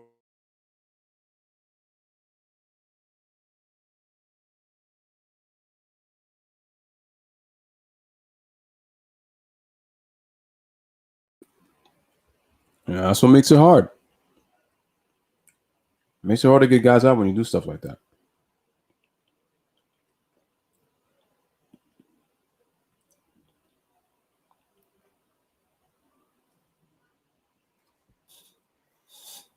All right, so now we got the bases loaded. That's okay. It's gonna happen. That's okay. It's gonna happen.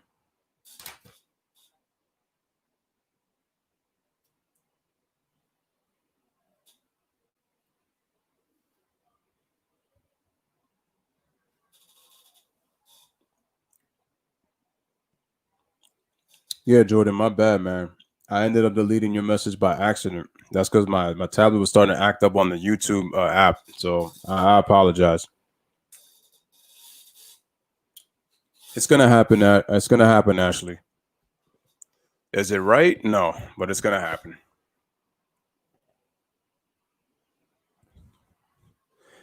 Anyway, here's Christian Vasquez. No, Alex Verdugo. Sorry, he's at the plate. Oh wait, or is that Christian Vasquez? Let me check. Nope, Alex Verdugo. I was right. So we're back at the top of the order. Boston is starting to threat. And who is that right-handed pitcher that is on the? Anyway, so we got a ball. So it's 1-1.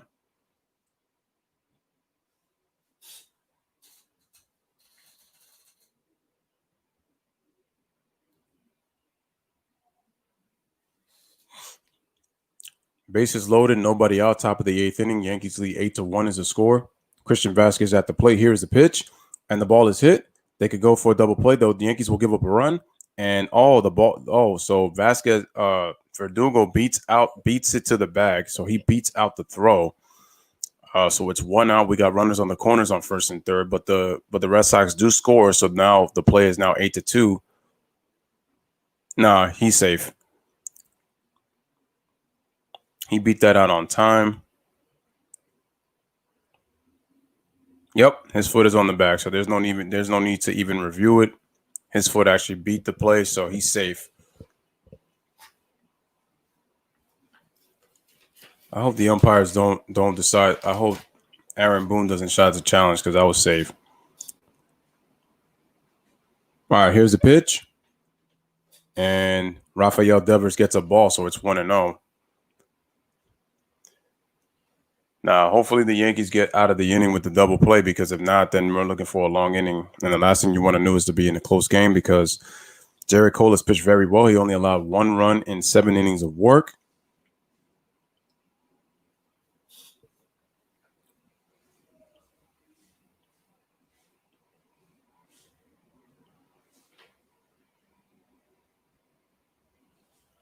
All right, so it looks like did we get a strike, or was that a ball?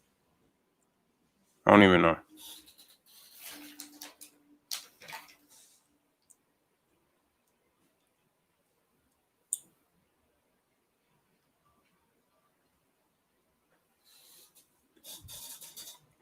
Showing the great Mickey Mantle. Rafael Devers fouls it off. And the count it's a 1-2 count with 1 out. Top of the 8th inning, runners on the corners are first and third. Score is 8-2 Yankees.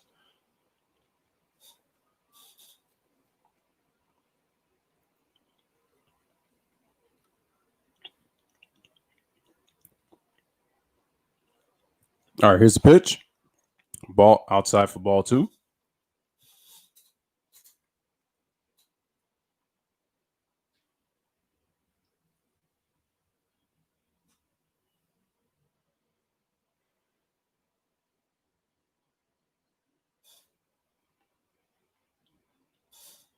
All right, so let's see this next pitch.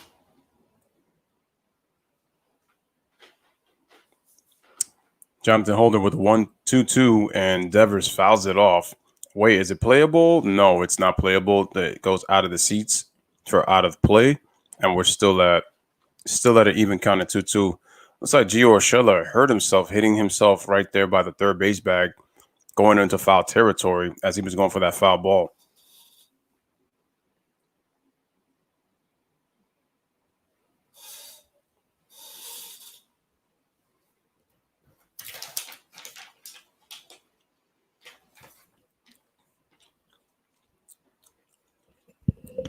All right, Devers at the plate.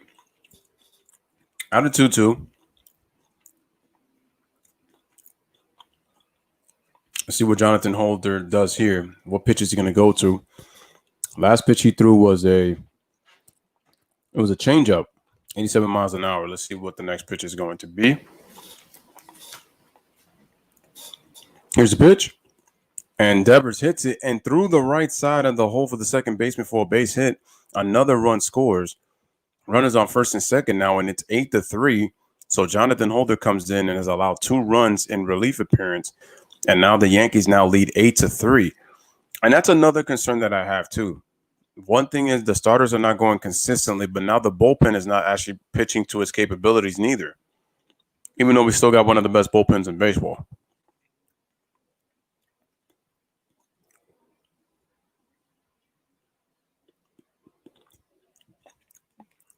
All right, so Aaron Boone pulls a string from Jonathan Holder. Does not get the job done with one out. Allows 2 runs in his relief appearance. We got a new pitching change. And now it's going to be Adam Ottavino pitching to JD Martinez when we return from this commercial break. So the score is now 8-3. Yankees still up, but just by 5.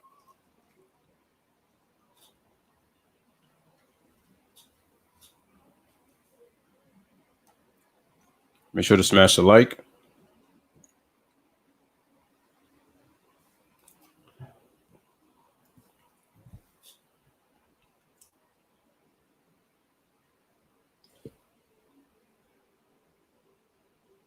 Make sure you guys are sharing this on your social media outlets as well.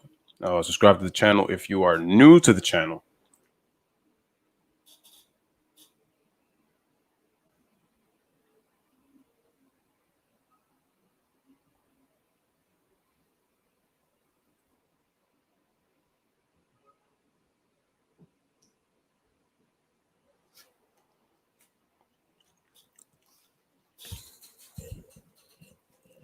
All right, so we're just waiting for the release on the commercial break.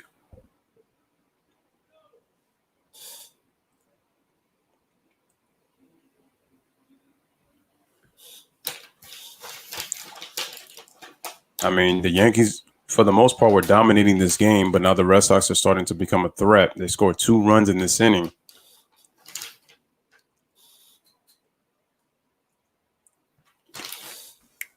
You know, and it's a 5-run game.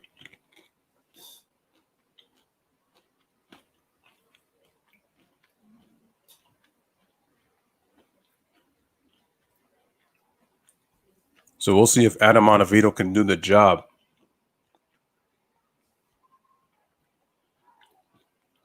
And get the Yankees out of this inning before any further damage is done.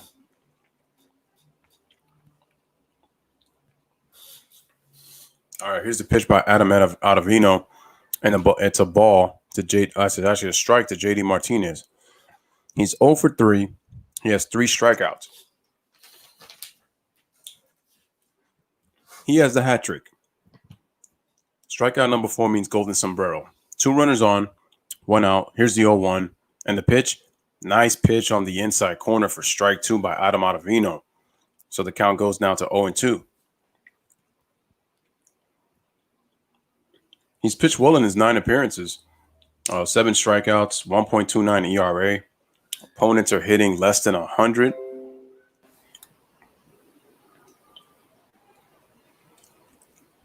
All right, here's the pitch by Ottavino. Nice pitch, and he strikes out again on the outside corner. Good pitch selection by Adam Ottavino. Good morning, good afternoon, and good night from Mr. JD Martinez. That's the second time in this game has happened. And so, ladies and gentlemen, that's strikeout number 4, which means JD Martinez has the golden sombrero. I forgot how many strikeouts it's called when you get 5. 3 is the hat trick, 4 is the golden sombrero. Don't know how much you call 5.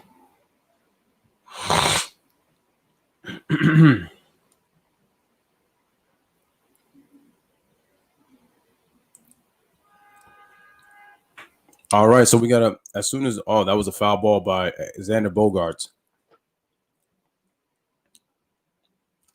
He also struck out in the 7th. He struck out in the 7th inning.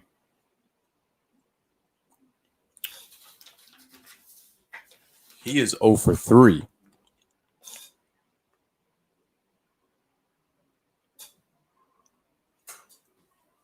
Two out, 2 runners on, 0-1 count. Top of the 8th inning, 8-3 is the score for the New York Yankees. Here's a pitch by Ottavino. That's a strike. Strike 2. Ottavino showing me something here. He's throwing strikes.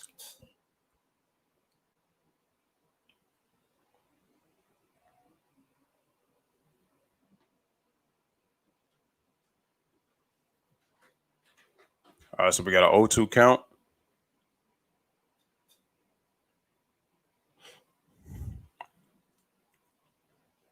Here is the pitch. Wow, swing and a miss on the outside. Beautiful slider going, fading, sliding away from the plate for strike 3. So the Red Sox get 2 runs on 4 hits, 2 men left on base.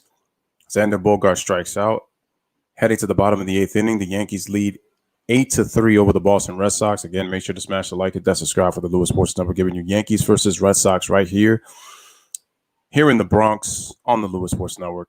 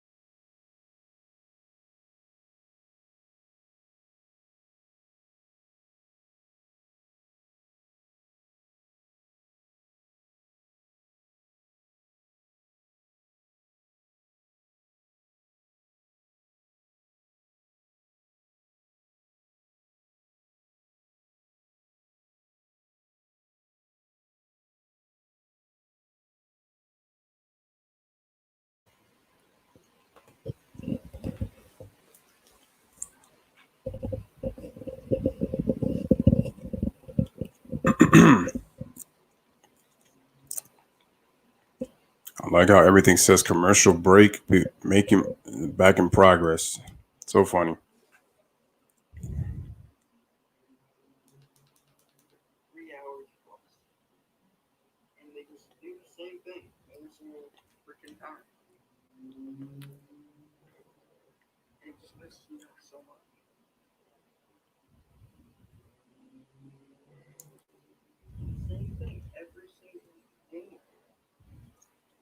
All right, so just waiting until the game comes back.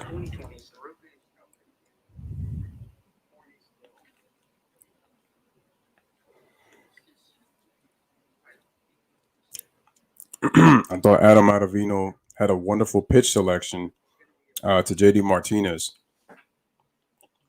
Threw him inside and then went outside with his pitches.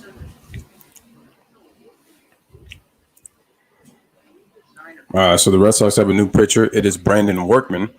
He's actually pitched very well in his 5 relief appearances this season for the Boston Red Sox.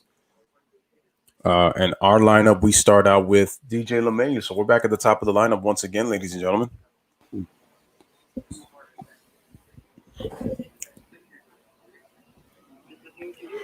All right, here's a pitch.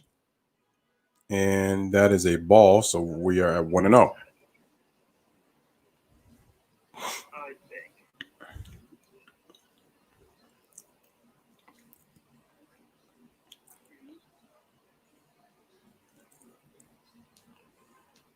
Here's the pitch. And LeMahieu slices it into left field for a base hit. And LeMahieu is on with a single. I believe this is his first hit of the game because I think up to that point he had no hits.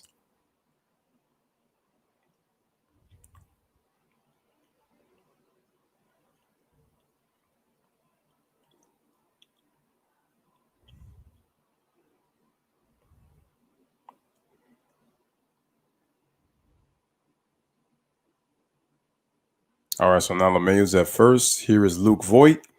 Voit swings and he fouls it off for strike 1.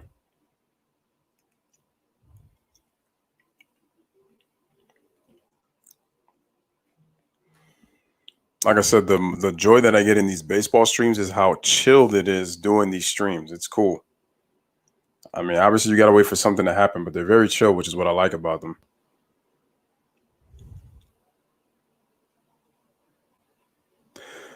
That's right, ladies and gentlemen. Once again, tomorrow, 2:30, going to be doing the bubble game between the Portland Trailblazers and the Memphis Grizzlies. It's the first of 2. All right, so here's the pitch, and we got another ball.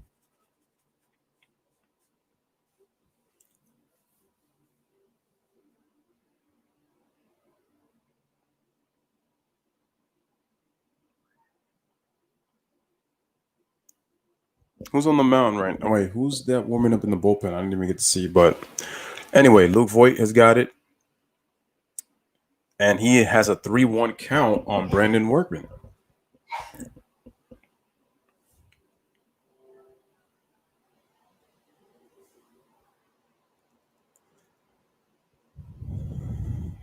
All right, so Luke Voigt about to get the sign.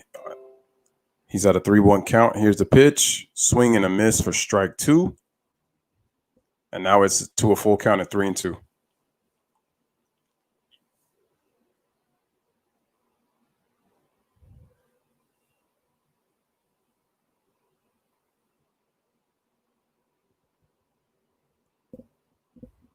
All right, and here's the pitch. And the ball is swung. Is that a foul? Yeah, it looks like it's going to be a foul.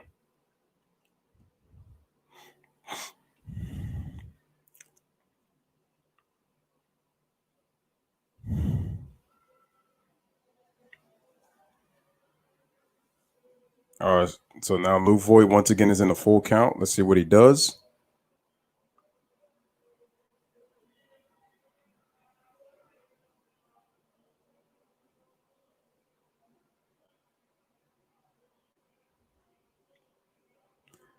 All right, Luke steps back for a second, tries to regather himself. So it looks like a timeout was called. All right, here is the 3-2. And Luke Voigt looks like he swung and he foul tipped it. Yeah, it looks like he foul tipped that one.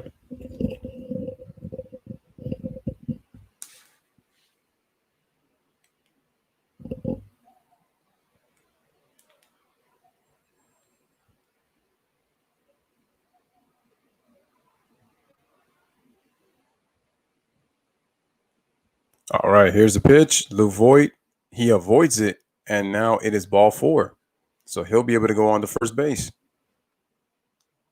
Topics on the menu tonight. You know what I'm saying? As we're getting ready for the postseason to come up in the NBA right now. So just making sure that everybody in the chats here in the building there too, man. So, appreciate all the love and support though, man. And let's get down to the business here, shall we? All right, in the meantime, let's see who the next hitter is at the plate.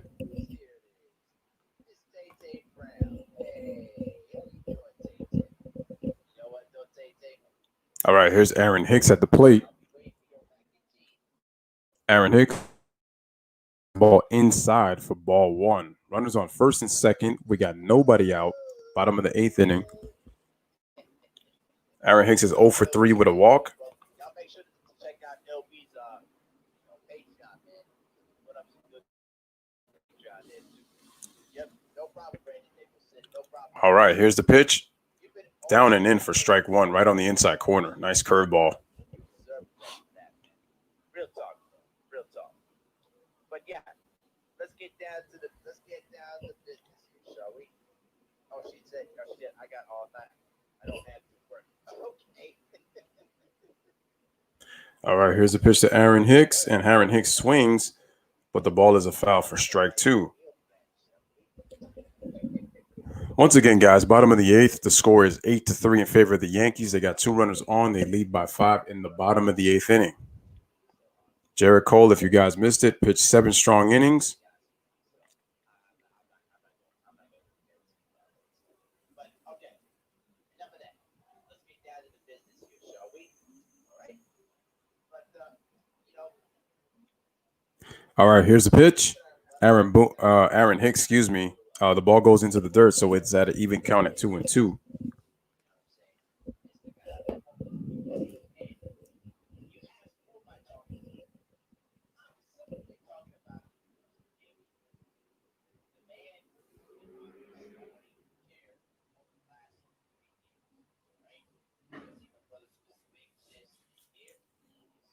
All right, here's the pitch. 2-2 count, 2 runners on, and the pitch. Aaron Hicks hits it deep, and what a catch by Kevin Pillar on the run.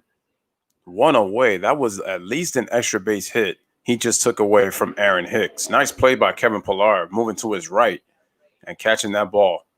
Because Aaron Hicks hit that ball really well, and that looked like it was about to shoot in the gap. But nice running head start by Kevin Pillar to be able to track that ball down. And Jackie Bradley Jr. was there for the backup, but nice play. You got to give credit where credit is due when players make nice plays, even if you don't like the team. You would just probably say, damn it, like, why do you have to make that play? Like, I wish he didn't make it, but at the end of the day, much respect to Kevin Pillar making that play. So you get props from me, Kevin Pillar.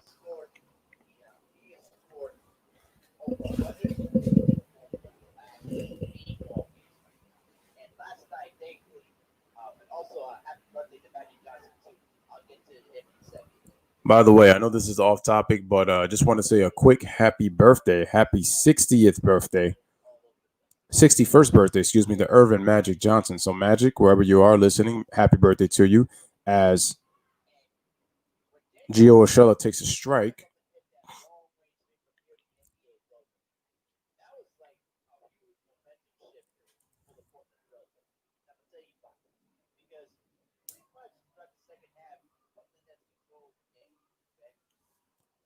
All right, here's the pitch by Brandon Workman, pitching off the stretch. And wow, Gio Urshela swung so hard it caused him to fall down for strike 2.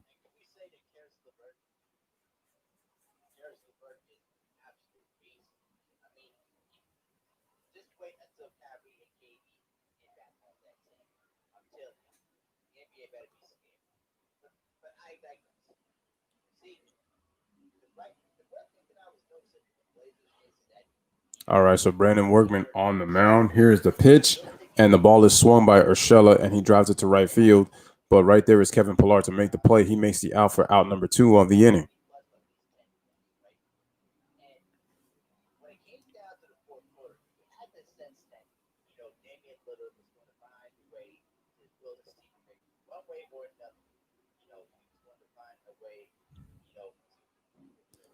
All right, so Haywood Workman is on the mound.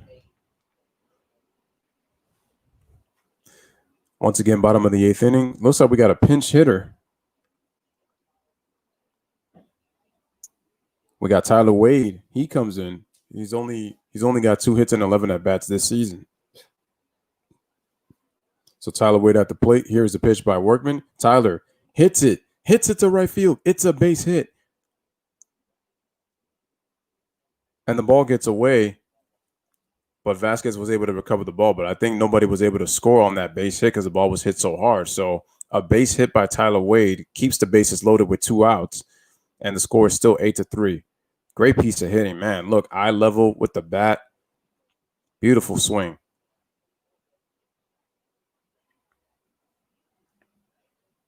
A nice throw by Pillar to prevent the run from scoring at right field.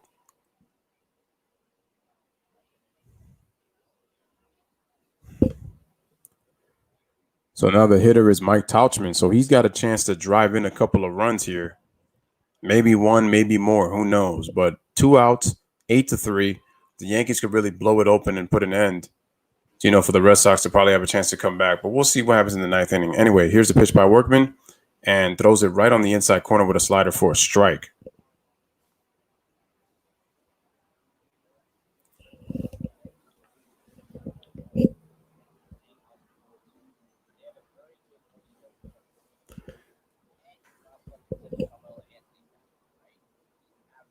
All right, so here is the next pitch, and the ball is upstairs for ball 1. So 1-1 is the count. Count is even.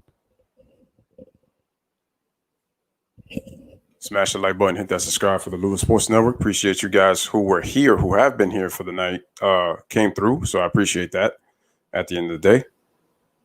Whether too big or too little, I had fun doing this stream. It was nice and chilled. It was cool. And thanks to everybody who put their comments in the comment section. All right, so the ball is swung, and it was fouled. So Tauchman is now on a 1-2 count.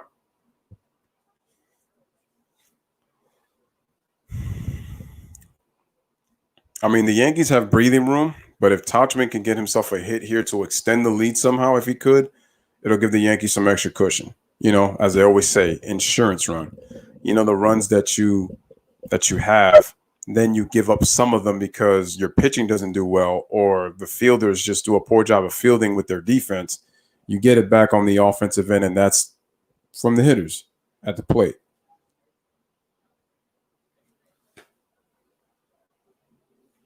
All right, so here was Workman on the pitch. That ball was that was a ball because that was away. So the count is even now at 2-2.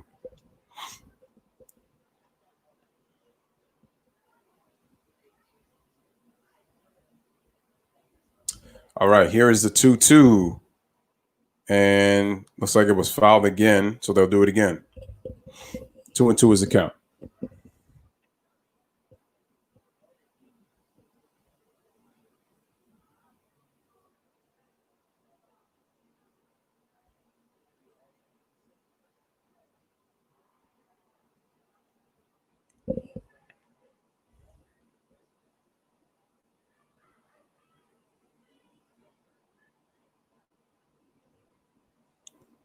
All right, here's the pitch, and the ball is inside for a full count on Tauchman for 3-2.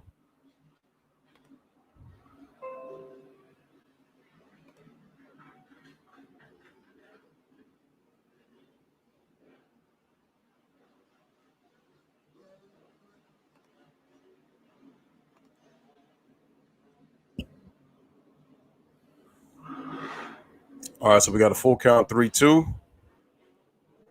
Here's the pitch, and it is fouled back by Mike Tauchman, so it's still 3-2.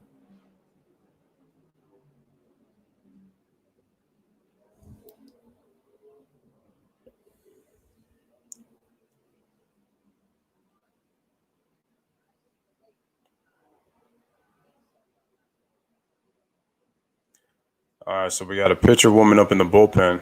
Who is that? Couldn't even see who that was.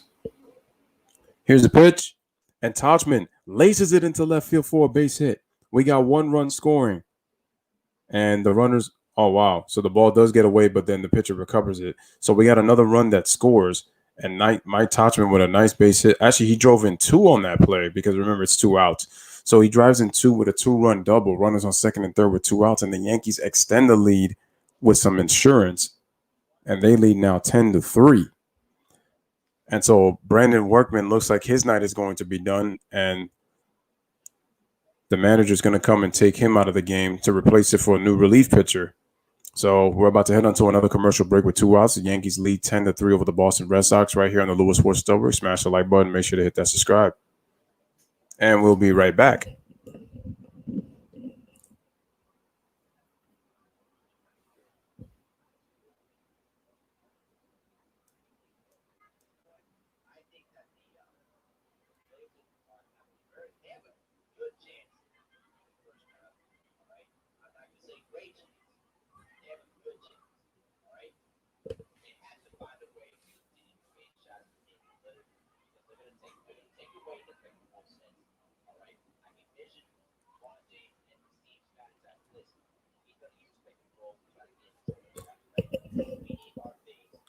All right, so the Yankees lead by the score of 10-3. A pitching change is about to happen.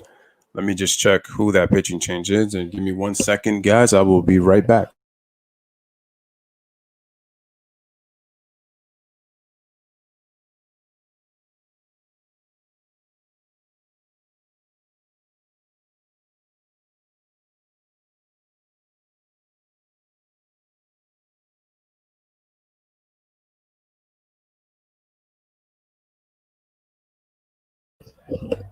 All right, guys, I'm back.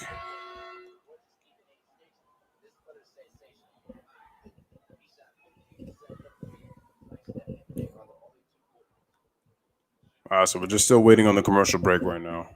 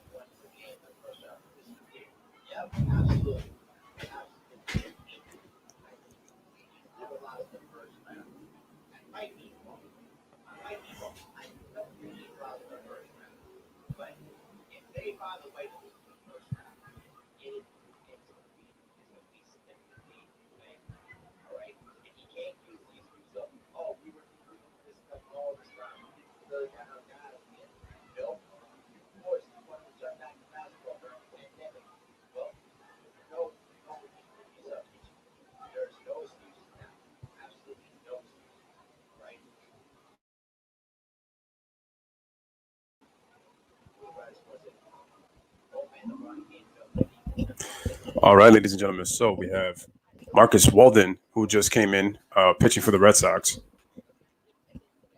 And the hitter's Gary Sanchez, who hit a 2-run home run in the 7th inning. Here's the pitch. In the 6th inning. So the pitch is inside for ball 1. Gary's got 2 men on base, scores 10-3 in the bottom of the 8th inning. He's 1 for 4 with a 2-run shot that drove in 2 RBIs, himself and somebody else.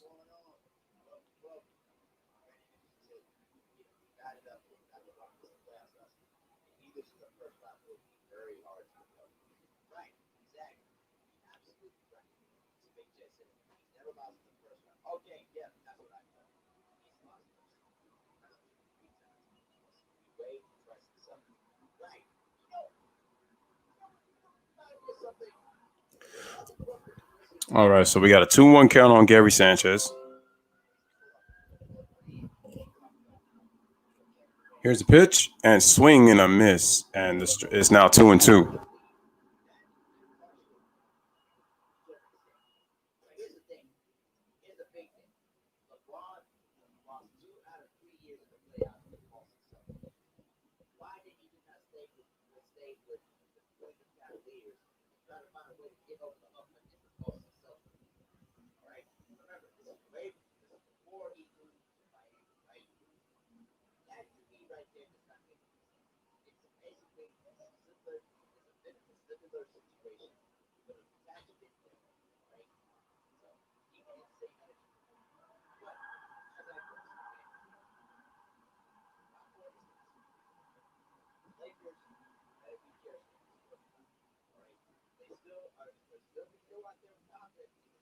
All right, so we still got a 2-2 count on Gary Sanchez. Just waiting because the ball was fouled back on the last pitch that he swung at.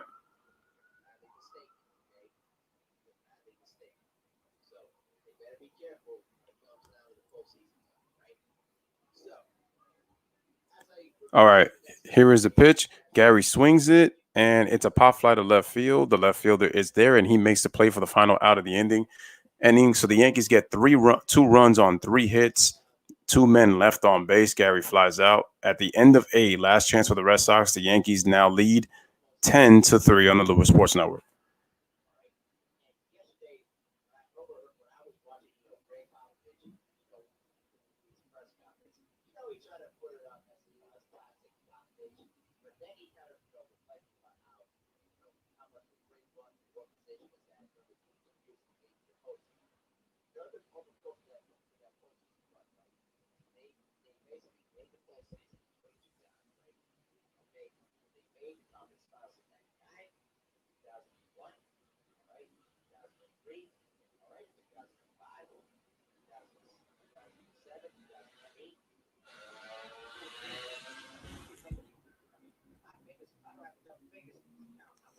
All right, guys. So we're headed into the 9th inning, which is the last chance for the Red Sox.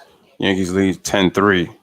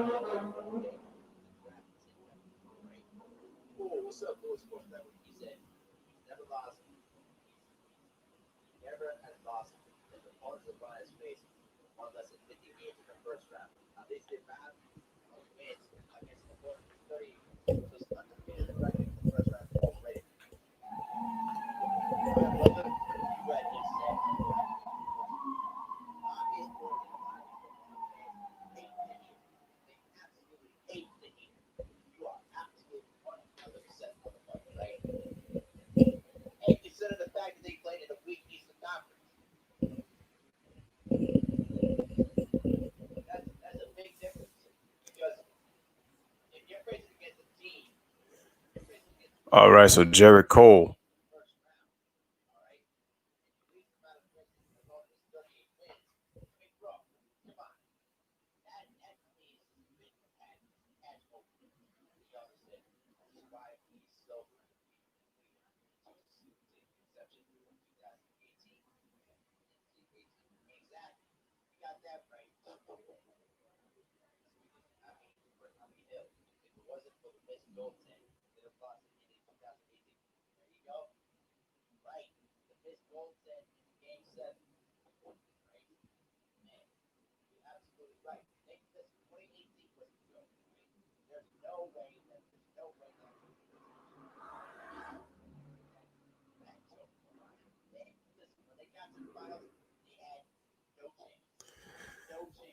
All right, so we got a new pitcher right now for the New York Yankees.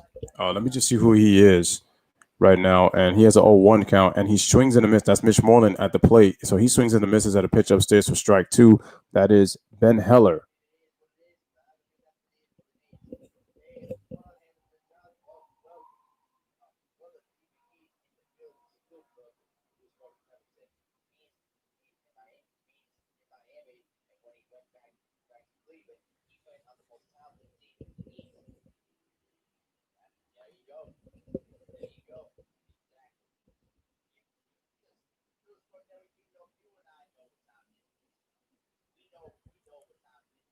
So we got a 1-2 count to Mitch Moreland.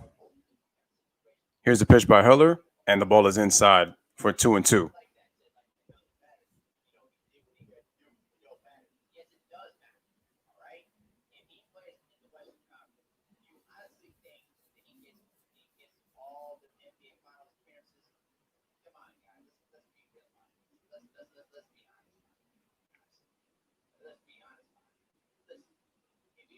All right, here's the pitch.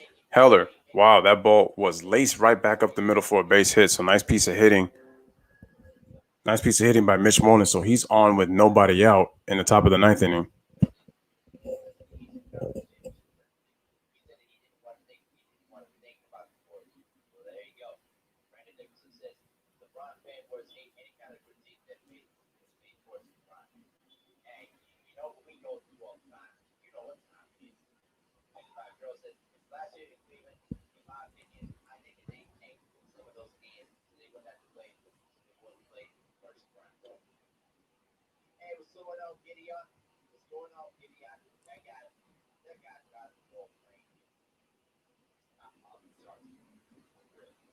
All right, so we got a ball to Christian Vasquez, 1-0. Yankees lead 10-3 with a runner on base.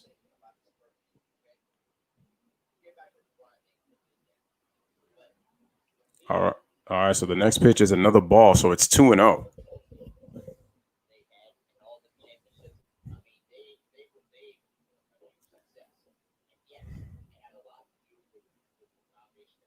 Again, guys, smash the like button. Make sure to hit the subscribe button for the Lewis Sports Network.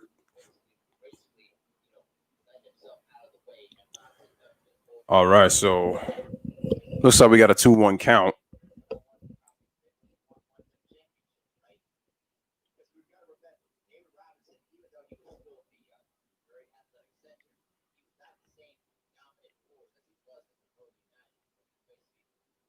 All right, so Ben Heller once again, no outs, 2-1 count to Vasquez. Here's the pitch, and it's a ball, so it's now 3-1.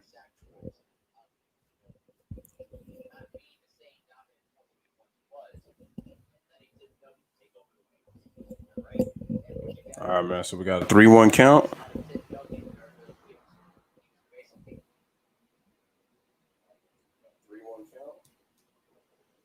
Here's the pitch, and it is elevated to the second baseman. And he makes the play for the first out of the inning.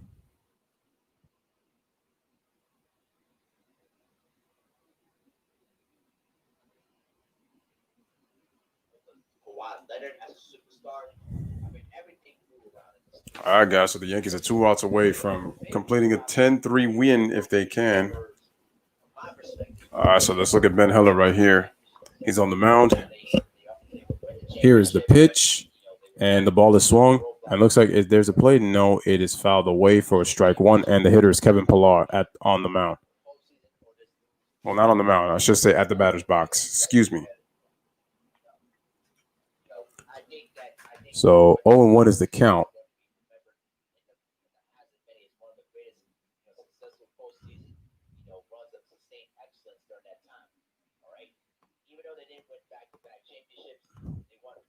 All right, so it looks like we got an 0-2 count.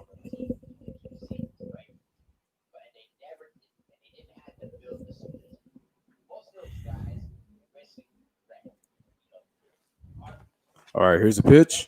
The ball is swung and a miss, and it's still 0-2.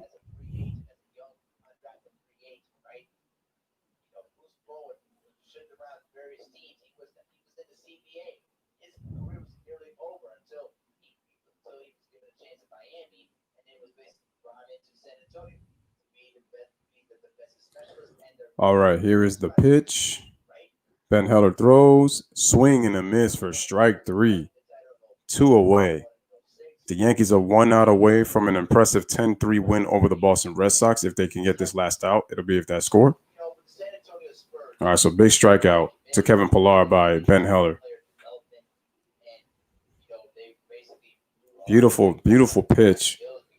Beautiful pitch down in the zone. Threw him an 80-mile-an-hour curveball.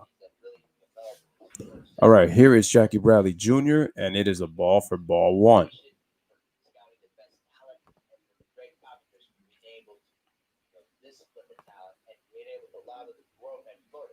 Again, smash the like. Make sure to hit that subscribe button for the Lewis Sports Network.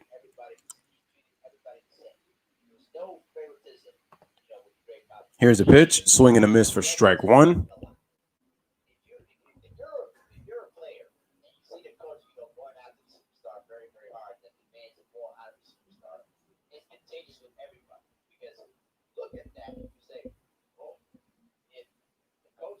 Here's a pitch.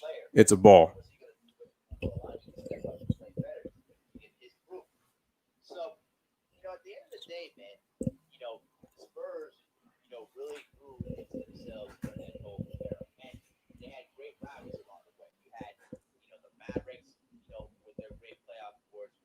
Yep. All right, here's the pitch, and it is a ball.